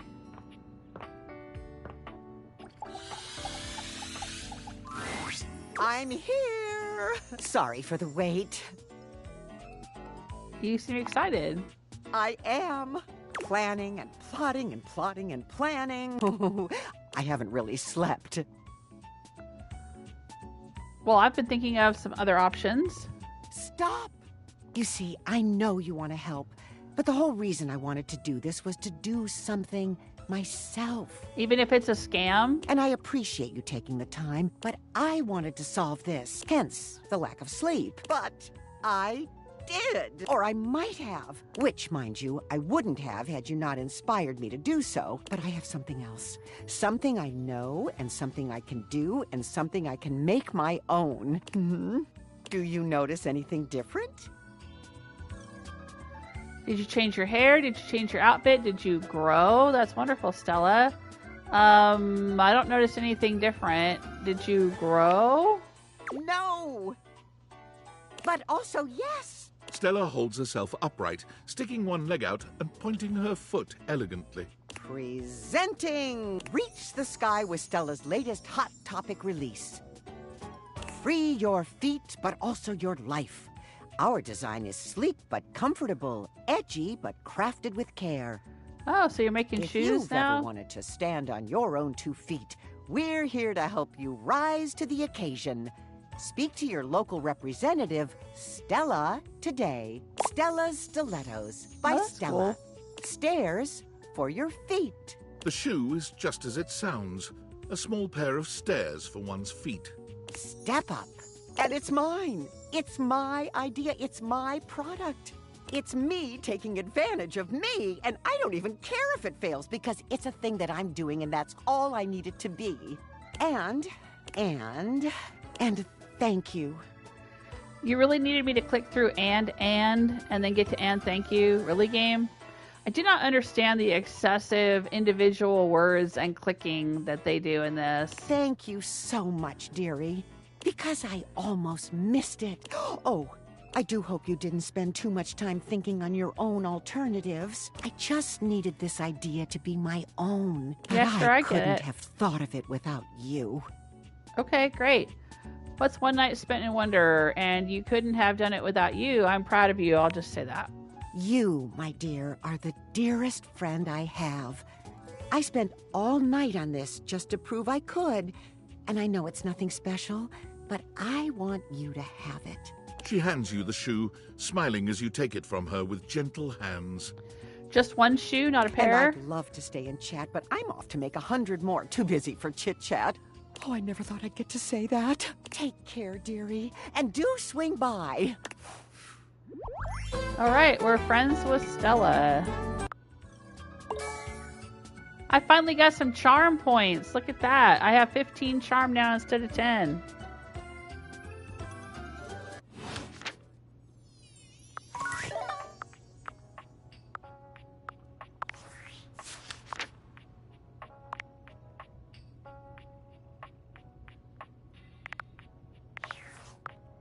Okay, let's go up and see if that makes any difference to Celia and Florence.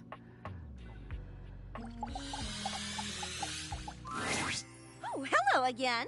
I trust your meeting with the mayor went well? Nope, she's still heading me off at the pass and asking me the same questions. Wonderful! Anything else I can help you with while you're here? Exit Florence's office. Oh, bye-bye! Oh, I can go to Celia's office now. All right. What else do you need? Tell me about Florence. Just wanted to see you. I'll go back to Florence's office. Tell me about Florence. She's the most dedicated secretary I've ever worked with. She would do anything for this office. Unfortunately, the dear can be a little down on herself. Not much in the way of self-confidence. It's a shame, really. She's totally unaware of her own natural charms. What makes you say that? I think she's under the impression that she needs to spruce herself up. I keep finding empty bottles around her desk. Perfume, maybe?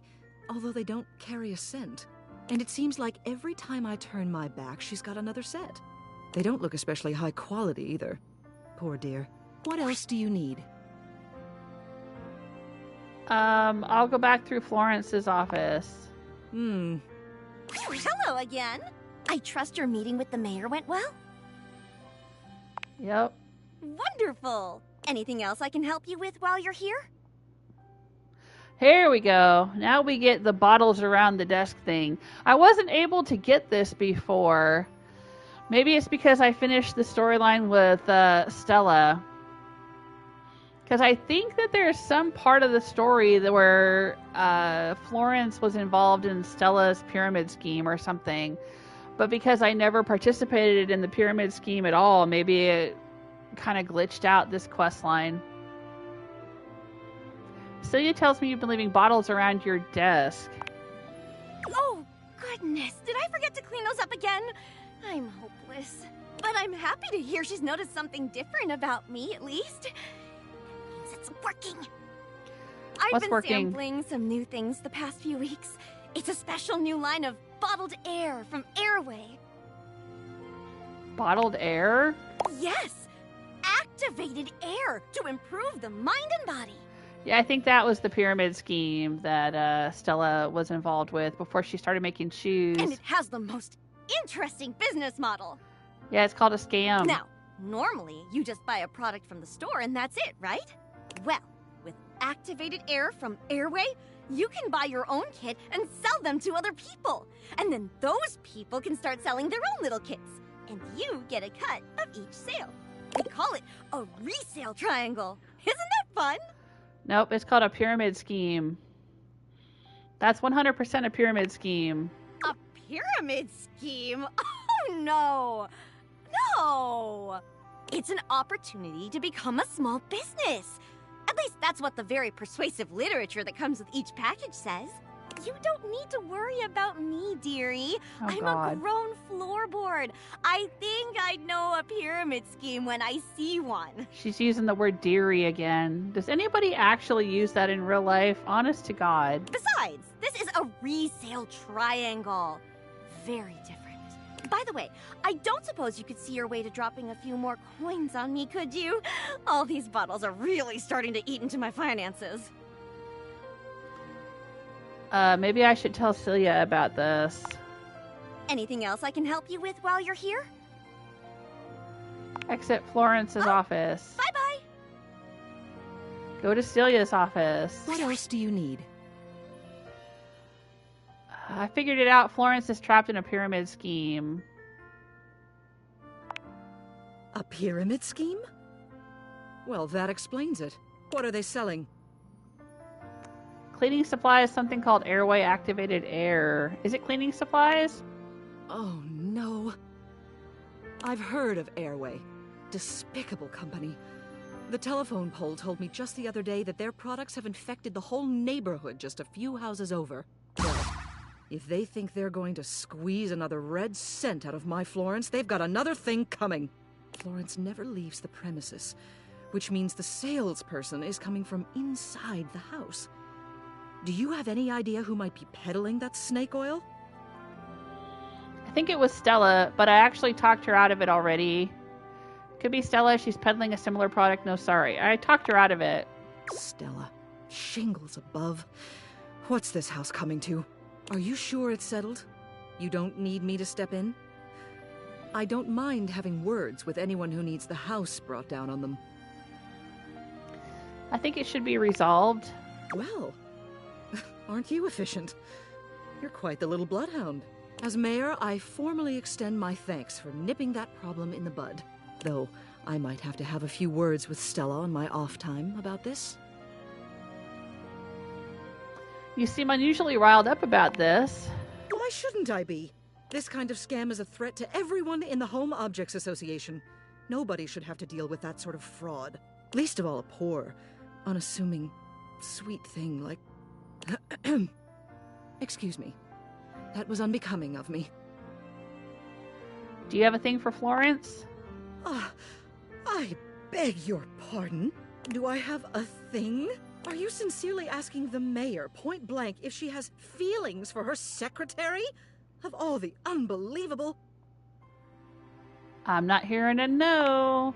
Listen here. There is nothing strange about a civil servant looking after the people under her care.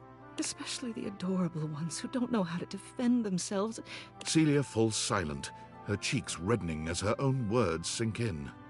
Oh, I've said too much.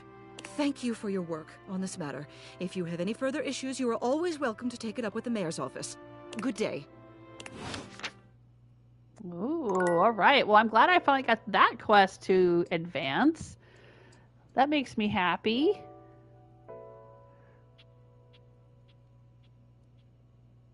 Let's go down and talk to the video games. And say Lingonberries or whatever we have to say to the video game girl, Connie. The game console turns on. Team 17, Sassy Chap Games, Moonsurgents, Resurgence. Here you are once again, back where you started, with your beautiful companion urging you to make a decision. She looks at you just the same way she did the last time, with a strange familiarity, but still not quite recognizing who you truly are. You're here. I didn't think you'd make it back. Oh. Which way do you want to go? Wait, we've definitely met, don't you remember? Lingonberries. All right, let's say Lingonberries. Lingonberries. Oh my dunes. We've got a timeline crisis here. Yes, you told me to say that to you last time. Preparation came in handy. Come here. Let's find a place to hide from these scraps while you tell me what to do. Luna grabs at you, and you both wiggle through an open fence near some scattered power grid structures. Just tell me where to go. I don't know yet, but we eventually go to the Upholder facility. That was where I planned on... Luna is shocked to see something nearby flash. That's a Krisny box. Right by the Essner transformer? Krisny box? Left behind by Krisny and Associates. These things can contain all sorts of good gear.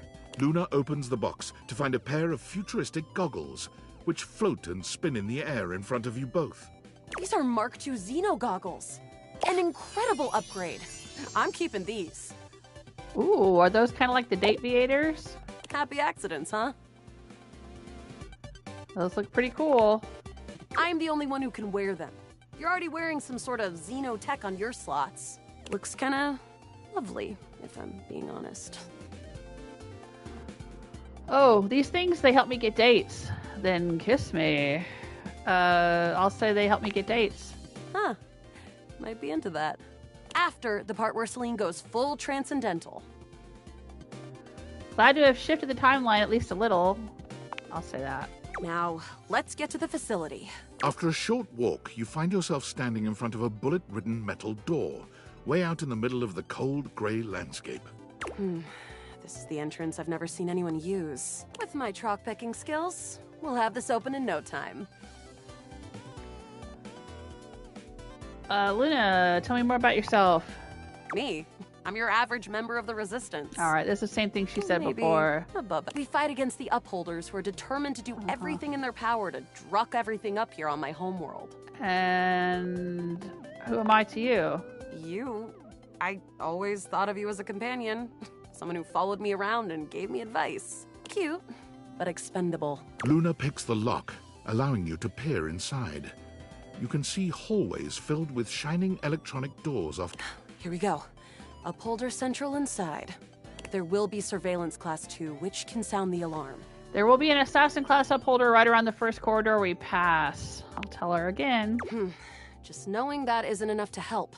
They've got ultra tech that renders them invisible to all senses. Well, what about the glasses you found? Can't believe that's our fate. Why don't you put on your Xeno goggles? And leave myself open to getting killed? That tech is impressive, but not combat ready. How do you suggest we do this? Ugh.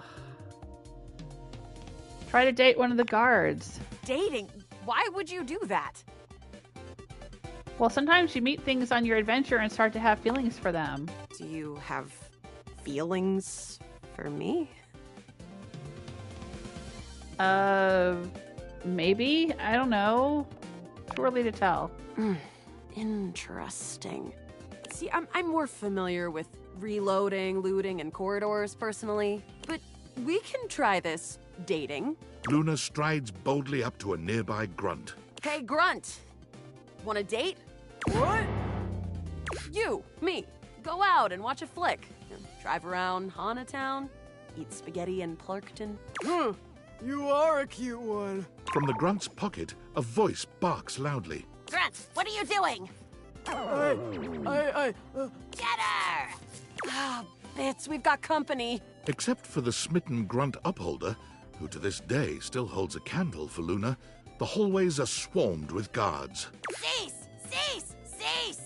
Plasma drites! The battle rages through the halls as you and Luna drop guard after guard. There you are. Oh no. I can't see them.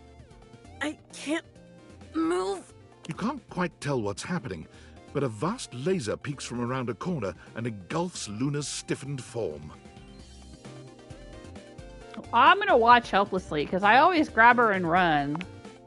Do I have to do everything myself? From Luna's pockets, a small device drops, and soon the hallway is immersed in a bright yellow flash. The laser stops momentarily, and Luna gets to her feet after falling to the ground. Follow me! An assassin-level upholder. They've got digitech to keep themselves invisible. The only hard counter? Xeno goggles. I told you. Why didn't you use them? My fault for not telling you to put them on. I told you to wear them. Yeah, I did. Yeah. Look, next time around, just tell me. Don't listen to the syrup-addled junkie who said no to wearing the goggles. You're sure that's gonna work? Well, yeah, I used to partake sometimes. Partake in what? What are you talking about? You talking about the syrup that you were addled with? I was talking about goggles. But that's Grushy talk. Let's get back to the mission. We'll have to remember that for next time. Well, you will. Oh great, another next time. Shriek. Can't believe we're here. Seems like a dead end. It's gonna be a wash then? Hey, you might disappear after this, but I keep going. And I'm not planning on going anywhere. Resources or not. Speaking of, you want to see if there's a workbench? Yeah, there is, down the second corridor. All right.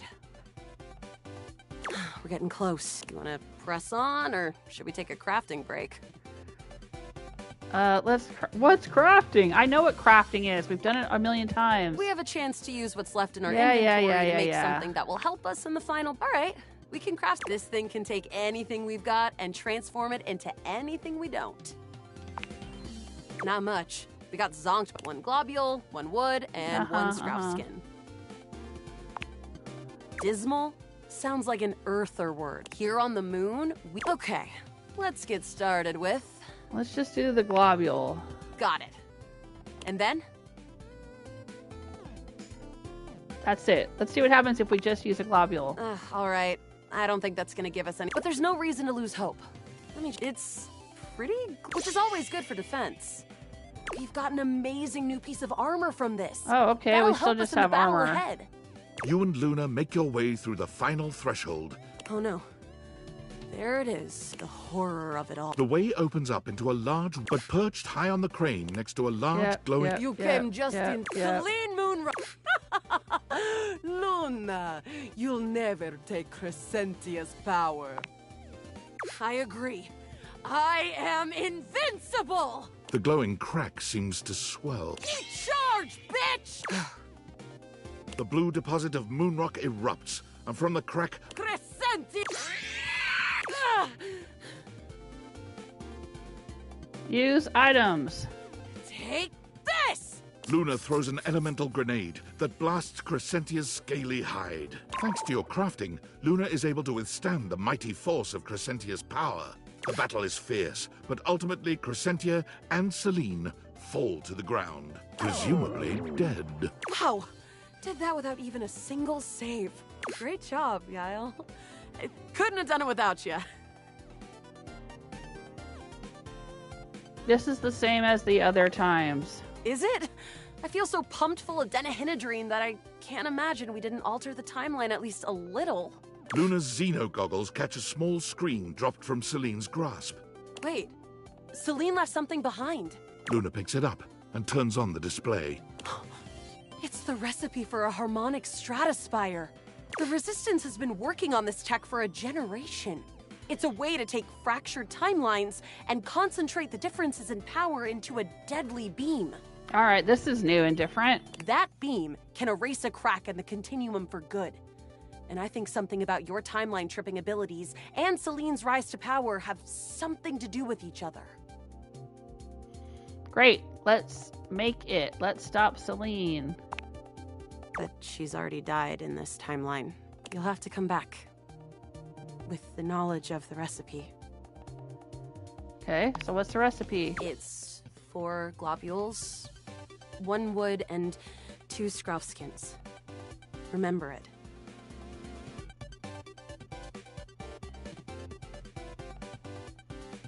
Okay. I got it. Remember me. Yep, Luna Lingonberries. is already beginning to fade away. I'll do it for you, my love. Yes, my upholder. I hate you, Luna. I'll do it for you, my love. Thank you. Oh, we got a love ending. Thank you. Truly. Does that count? Let's look in the data decks. Nope, it says I still have only romanced 19. It doesn't say that I am in love with her, even though I got the little love screen. I guess we gotta finish her quest in order to get it to stick. Let's do one more day.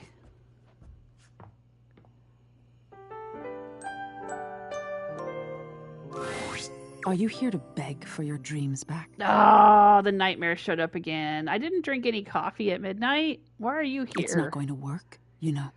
I read online that you've got like a 3% chance of encountering the nightmare even if you don't drink coffee at night, but I've already seen this nightmare twice in like, I don't know, a dozen days or something. That seems like a lot more than 3% of a chance. You've already shown me what a waste it is. Unless it's just my luck kicking in. Go then. All right, Stay bye. in your ignorance. I don't even know how I made her mad. She seemed to like me, and then all of a sudden she hated me. So, just like the vacuum cleaner, whatever. Let's put on the glasses, and let's see if we can talk to this little animal spring thing here. An amalgamation of pig, spring, and pen appears before you. This must be an inanimal, but not the Davy you've been looking for. It leaps into your pocket, ready to go back to Mateo when you are. Are you sure about that? Because if I go try to talk to Mateo now, is it going to tell me, oh, you can't talk to him because you already talked to... Yeah, see? That's what I thought. Alright, let's go talk to the toaster, I guess. Did we get anywhere with the toaster? Are we friends with the toaster yet?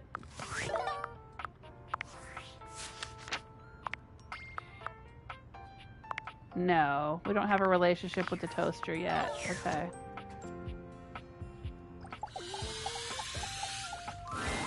Well, well, looking so fresh and crispy. Kinda wanna spread jam on you and take a big bite.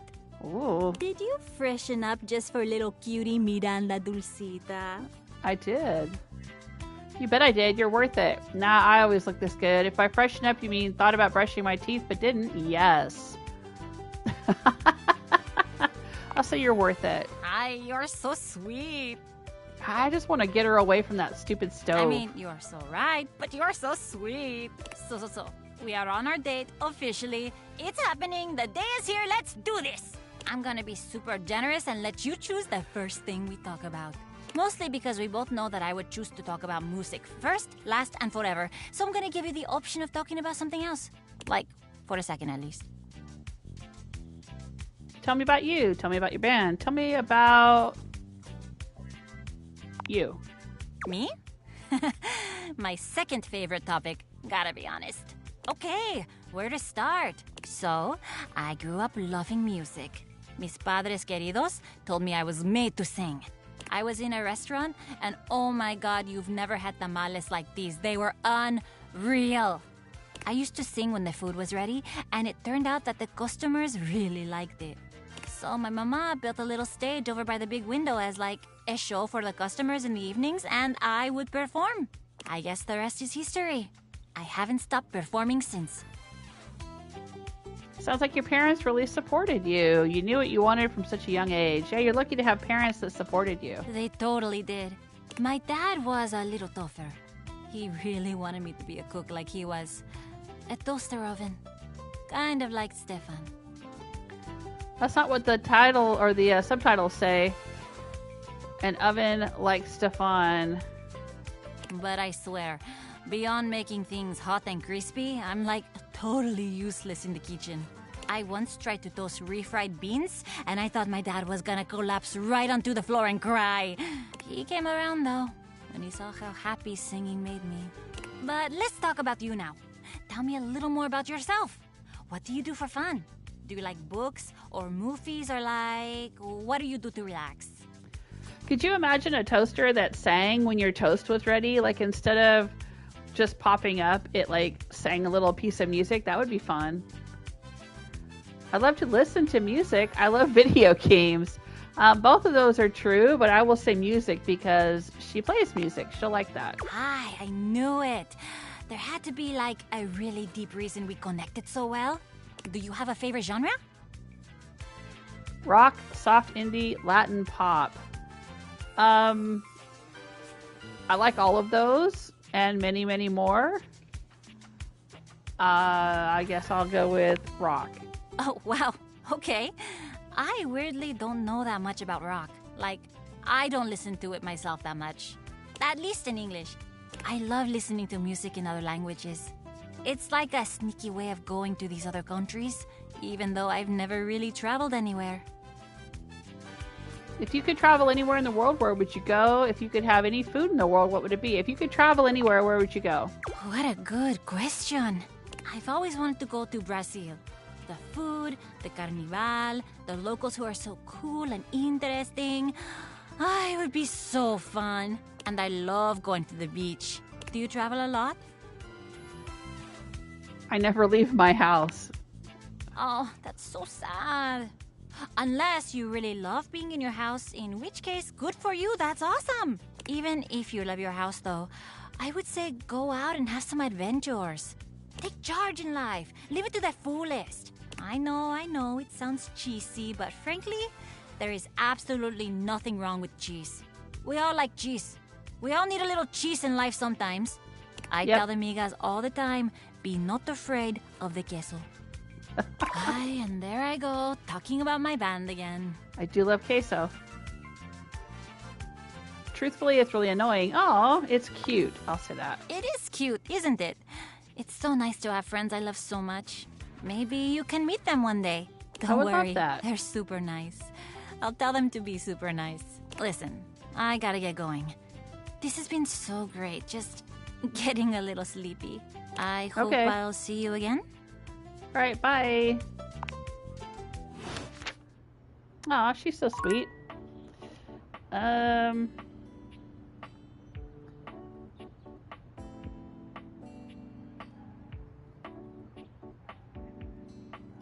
Who should we talk to next?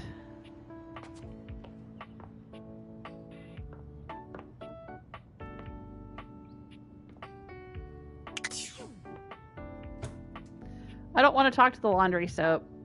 She was rude. We could talk to the washer and dryer.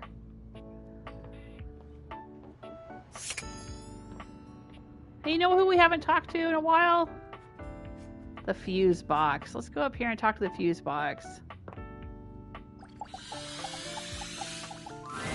From outside, the breaker box is bustling. You push open the heavy door, but the first thing to grab your ears isn't the dulcet tones from the stage. It's the aggravated whispers of a heated and private argument in the corner between Eddie and Volt. You should be resting. I'll add it to the list. Eddie. There's no time, all right? There's too much to do, and unless you want us to blow a fuse. We're not going to blow a fuse. Though you might if you don't relax. Everything is well in... Look, fine. Just a few hours, but only if you swear you'll keep me updated. Have I ever failed you before?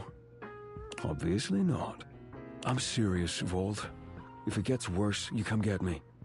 Clearly not fully convinced, Eddie chews on his lip. Finally, he turns, blowing past you with barely a nod. Ah, live wire. Volt's whole demeanor shifts as he notices you, and you feel just as tingly as the first time. How delightful. You're back. Yep, I'm back. I came for the shows, the stage, and well, you. I hope I didn't interrupt anything important. Oh, nothing of consequence. Administrative responsibilities, you know. I wouldn't want to bore you with the details.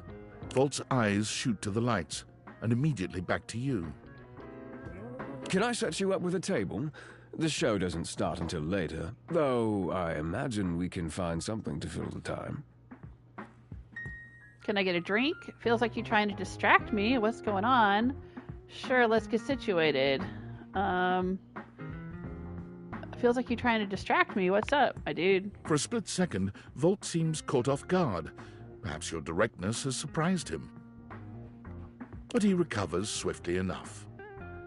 Go ahead. Ask your charming host anything you like. Why does the power keep fluctuating? Who is Eddie? Those are all the questions I had. Who is Eddie? Eddie is my predecessor. He was in charge of all the power in the house before me. So you replaced him? How does that work? Was in charge? So that means now you're in charge of it? Yeah, so you replaced him. How does that work? Are you asking me to explain the complexities of a thing's essence and how it comes to be? Yes, no, maybe, kinda. Give it a go. Broad strokes then? Say that. Very generally speaking, yes. You could say simply that I replaced him. Then why is he still here? Good point. Tell me, if you were recently replaced at your job, why are you still here? Eddie still has his uses. He spent years looking after the house. His experience is invaluable. Go ahead. Ask your charming host anything you like.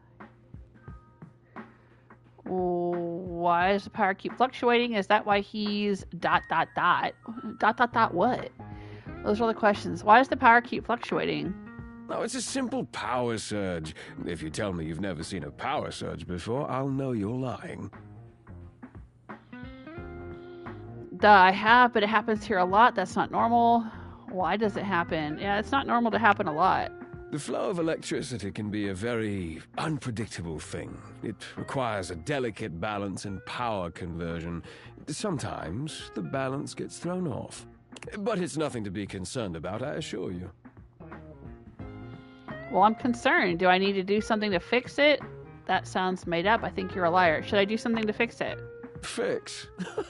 Does it look like anything around here is in need of fixing? That's just the nature of an older house. It's part of its personality and charm. No, certainly nothing that needs to be fixed. The house isn't that old, though. That's true, I guess. Okay, if you're sure. The house isn't that old, though. Well, in human years, perhaps. Things age differently depending on their use, and I would say this house has been well loved, wouldn't you? Hadn't thought about it like that. Makes sense. You really do have an excuse for everything, don't you? Yeah, he does seem kind of smarmy, doesn't he? I'm simply trying to answer your questions. No, you're just saying what you think I want to hear. I'm not buying it. I'll say you're just saying what you think I want to hear. That's customer service, Livewire. Go ahead. Ask your charming host anything you like. Is that why he's ...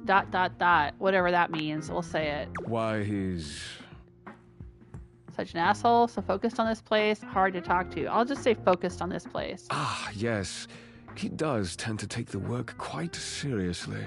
Go ahead. Ask your charming host anything you like. I guess those are all the questions I had. There. Excellent. Nothing to hide. Now, why don't we move this into a more pleasant atmosphere? If somebody says nothing to hide, I'm immediately suspicious. The lights begin to flicker again. A familiar occurrence by now, but this incident feels different. It lasts longer than it should. The buzzing feels ominous, almost like a warning. Ah, my apologies, Livewire. As much as I'm enjoying our conversation, there are a few things I must attend to. It's nearly time to open for the show. Allow me to show you to your seat. It does feel like your seat now, even as the power continues to surge and ebb. The lights flicker, the bulbs buzz and drone. The crowd thickens and murmurs anxiously, beginning to grow restless until Volt finally takes the stage. The crowd thickens. We've got a real treat for you tonight. According to him, he is a new musician no one has ever heard of. And if they think they have, they're wrong, or my name ain't Johnny. P.S. Don't read that part. Well, read it, but don't say it out loud, for amp's sake. It's Johnny Splash. It's Steamy Hendrix. Oh no, he changed his name. There must be some kind of way crowd here. They'll sell the shampoo to the soap. There's too much conditioner. I can't get no scalp relief. And then I got this guitar solo planned. And I'll be damned if I know how to play the guitar, but I'll learn it a cappella for you. It goes like this. Wow, wow, wow, wow, wow, wow, wow. No one knows more about stinkings than Jean-Lu. And this smells like a big one. A third named B.U. I always appreciate feedback from other artists. That wasn't feedback, darling. That was backwash. You're right. The tastes of audiences are fickle and ever-changing. I'll retool my act once more. That'll fix it. The show concludes, mercifully. I guess I'll wait for Volt. And you wait. But Volt does not come. All right. You get up to leave and you notice Eddie quietly closing the door to the back room and shuffling to the bar to fix his drink. Hey Eddie, where's Volt? Leave. Hey Eddie, how are you? Oh, for fuck's sake, what do you want? Sorry I asked, I'll be on my way. Is it just you here closing up? Sorry I asked. Good. Alright, yet another asshole in this house. We've got so many delusional objects and so many assholes.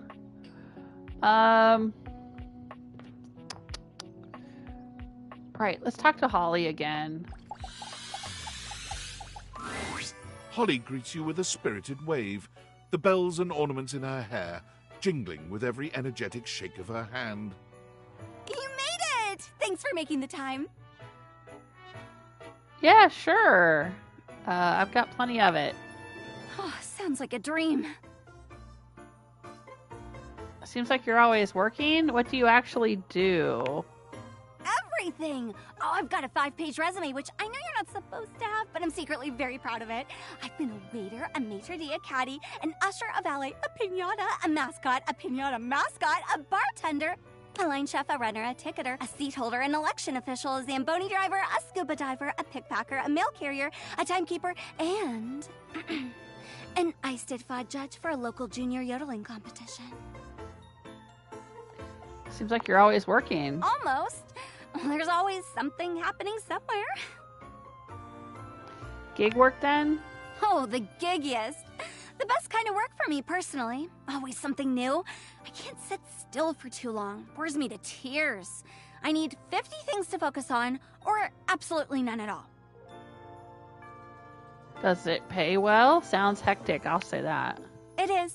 It's perfect. It's joyful, too, bringing joy. Someone's always celebrating something, and I get to be a part of that all the time. It doesn't even have to be a holiday for me, or about me. I just enjoy joy. You know? Better than punching numbers all day. Unless that's part of the gig. No offense to number punchers. Just not for me. Not every holiday is joyful? No, they aren't. But every holiday has a purpose. What about you? What do you do? I punch numbers, I talk to objects, I work in conflict resolution. Nothing really. Got fired my second day. I'll say I work in conflict resolution because I feel like that's all I do around here. Ooh, sounds high stakes. Must come in handy around here. Most of you seem beyond resolution. Disturbingly so, I'll say that. Motley bunch we are. Best way to be. Keeps things lively like a holiday punch. So what are the others saying?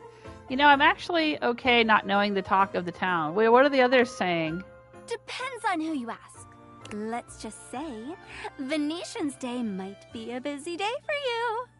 Let me know if you need some help. I have a side gig running roses to side gigs every year.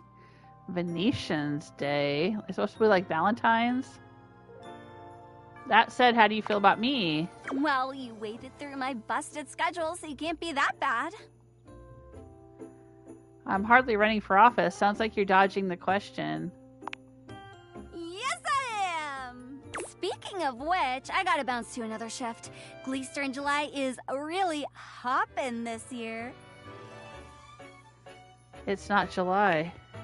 I know, right? That's what I said! Anyway, okay. Bye! Bye, bye, bye!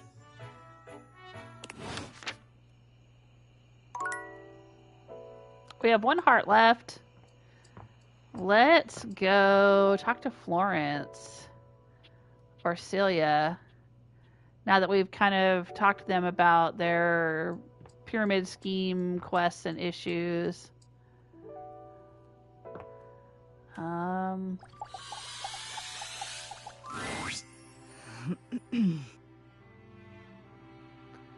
Looks like the airway stuff is resolved. Indeed. So are you gonna... Going to what?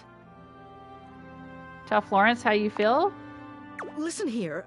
I appreciate all your work resolving this matter and everything you do around the house, but this is entirely out of line. You can't just go rooting around in the personal affairs of others. But you do like her. My personal feelings towards Florence are none of your business. Or anyone else's, for that matter. I don't see why I should have to explain myself to you. You spent days organizing this entire investigation just because you were worried about her. You're so concerned with everyone in the house's happiness. Don't you think it's time you pursued your own? Yeah, I'll say that. It doesn't matter how I feel. It doesn't matter if everything you're insinuating is true. Oh, hey, Rose. Welcome to the chat room. It's been so quiet in here today. I was just getting ready to wrap up my last day. I'm the mayor. I'm a ceiling of station. I can't just go traipsing around with my secretary, no matter how kindly she is. Or how sweet, no matter how much I may want to. Florence enters, barely able to look Celia in the eye. Celia? Florence, dearest. How long have you been standing there? I had my finger on the intercom button the whole time. What? Sorry, I had to go over your head on this one. Haha, over her head, huh? Because she's the ceiling. You can't go over my head. I'm the ceiling. This house has 2 floors. Quiet. And an attic. Miss Mayor. Celia. Is it true? I'm sorry. This must be so embarrassing for you, seeing me like this. Unprofessional, that's what it is. If you would do me a favor and fetch me the official resignation papers, I'll get started on them. It's what I deserve for my conduct. No! Miss Mayor, you can't quit! You're wonderful! Wonderful! All this running around you've been doing for the last few days, I had no idea it was for me. I must cause you no end of trouble. No. Florence, dearest, do you know what my favorite part of this job is? Every day, when I look down at all of the objects in this house, I feel so lucky.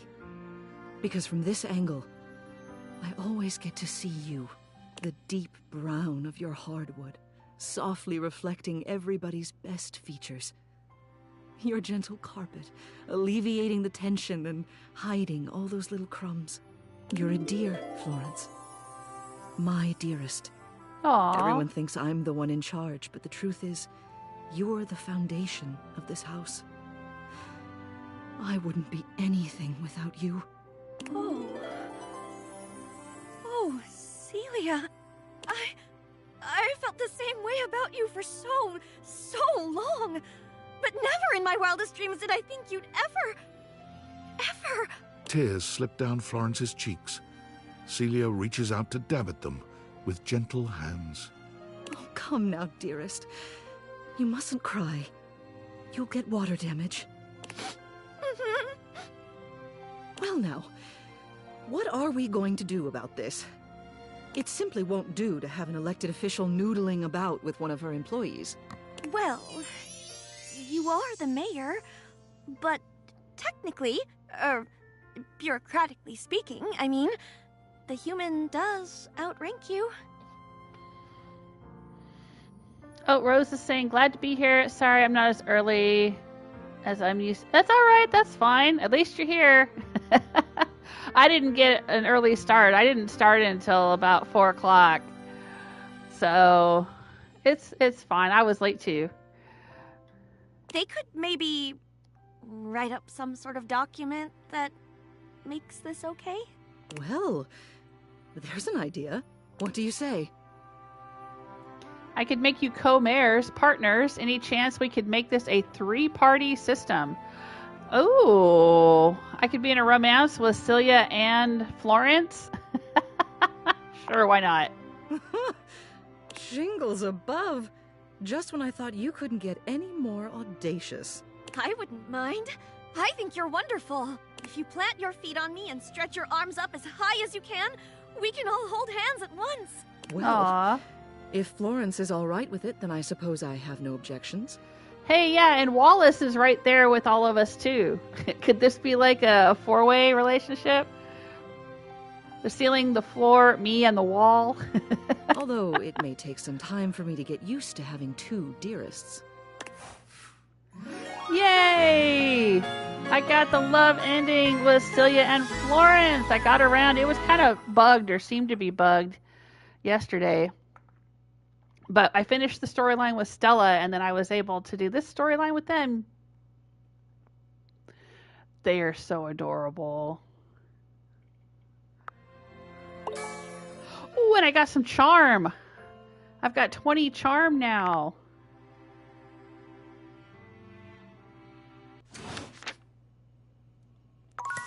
Sweet.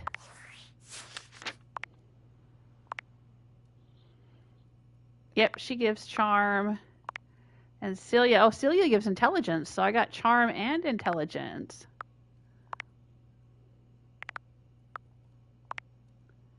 I'm still in the middle of doing Mateo's quest line and Miranda's. She gives charm too. And so does Holly. Okay. So maybe we'll get some charm eventually. More charm than I've got now. It's taken me forever to get some charm.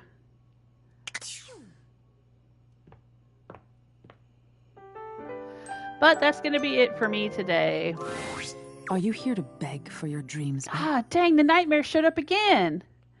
Okay, look, I have played this game for I don't know how many days in game, like maybe 10 or 15 days, and the nightmare has shown up 3 times at night, and I was not drinking coffee. And I read online that she's only supposed to show up 3% of the time. So this has been like, I should go buy a lottery ticket. This has been way too quote unquote lucky. I keep having this nightmare. I don't want to talk to the nightmare. It's not going to work. You've already shown me what a waste it is. Yeah, I know. Go then. Stay in your ignorance. Okay, bye. Stop haunting me. Ew. Get out of here, nightmare. All right, but yeah, that's going to be it for me today. Thanks so much for hanging out with me, for watching this video. If you're watching it at some point in the future, or if you're watching it live, if you dropped in, if you were lurking, I appreciate it. Nice to see Rose again. And hey, everyone, take care of yourselves until next time. I think I'm going to try to stream a little bit tomorrow. We're only, I think, well, at this point now, we have 21 romanced objects, so we might be able to progress the Candlesticks quest line, maybe, and that means we'll be able to finish, hopefully. Oh, no, go away. Oh, I'm getting a emergency warning. I wonder why. Maybe there's gonna be some thunderstorms or rain or something. It's okay. My kitty's panicking. It's all right. He doesn't like beepy noises. Let me go find out why I'm getting an emergency warning. And anyway, like I said, if we can finish the Candlesticks questline, then we might be able to finish the Magnifying Glass questline, which means we'll be able to find out what the heck the deal is with Sinclair. So I'm looking forward to that, and I hope you'll join me next time. Take care of yourselves until then. Bye!